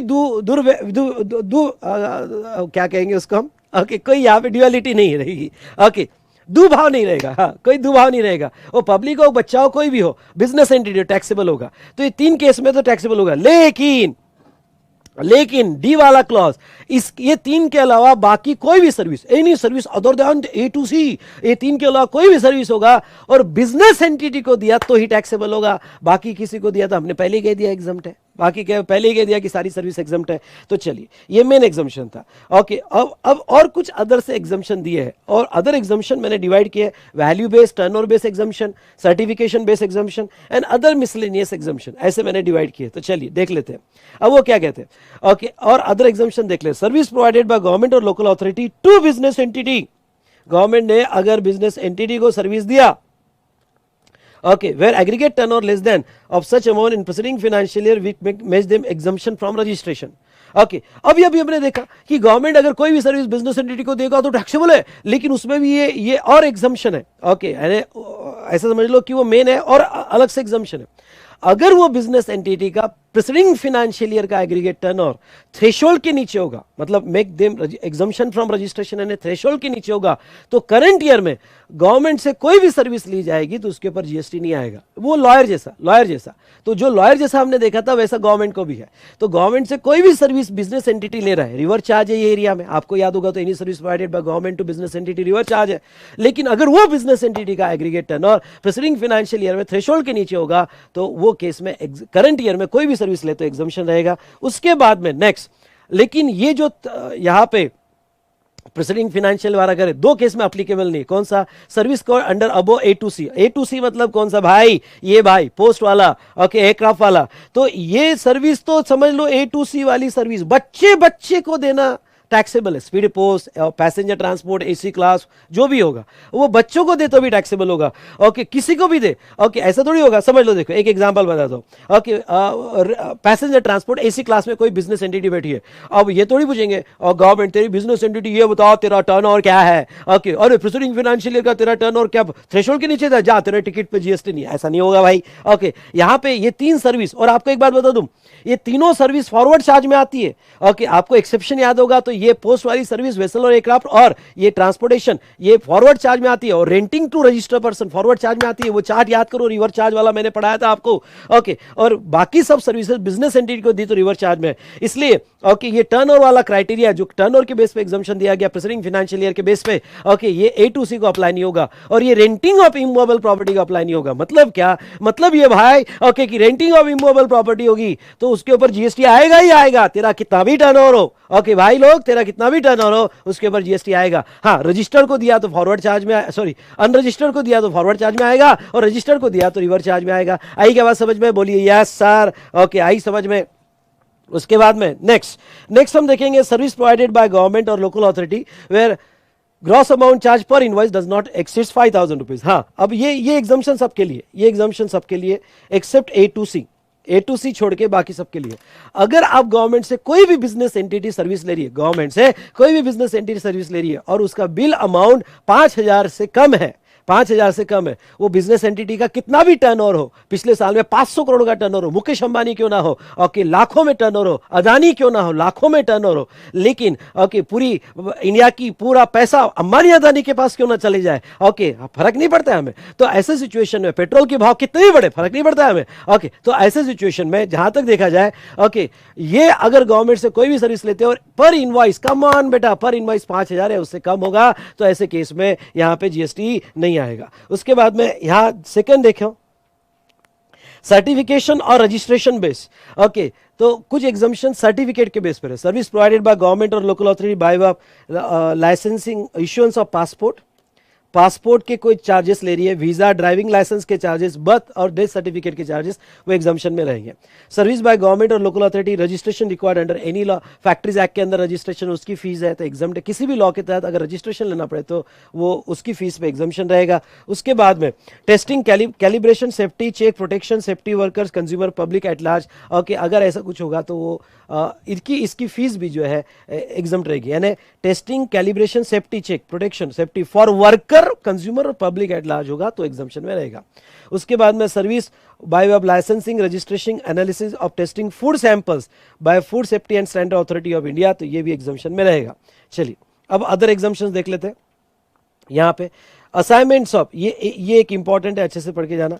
assignment of use of natural right to farmer for agriculture purpose. अगर फार्मर को एग्रीकल्चर पर्पस के लिए कुछ राइट्स दिए गए, सुनो, फार्मर को एग्रीकल्चर पर्पस के लिए कुछ राइट्स दिए गए, ओके, तो वो एग्जाम्पशन में रहेंगे।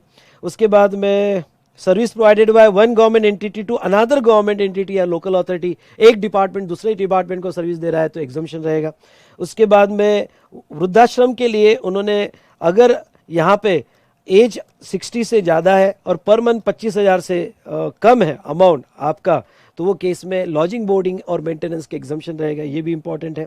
उसके बाद में सर्विस प्रोवाइडेड बाय गवर्नमेंट और local authority to another government, sorry, या ग्रांट के लिए एग्जाम्पशन दिया है, grant to another government exemption, और यहाँ पे जो है ओके, एक गवर्नमेंट ने दूसरे गवर्नमेंट को सर्विस दिया तो एग्जाम्पशन है।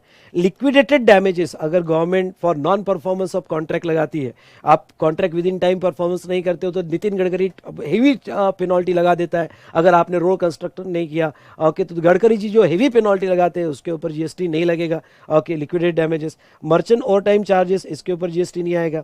राइट टू इन्फॉर्मेशन एक्ट के तहत जो भी दिया तो उसके ऊपर GST नहीं आएगा। तो चलिए ये हमने देखा। अब ये पेज पर जो इंपॉर्टेंट एग्जाम्पशन है वही मैं लेने वाला हूँ, बाकी मैंने कहीं लिखा है रीड फ्रॉम नोट्स, तो आपने रीड कर लेना, ओके, या एक एक लाइन में खत्म किया है।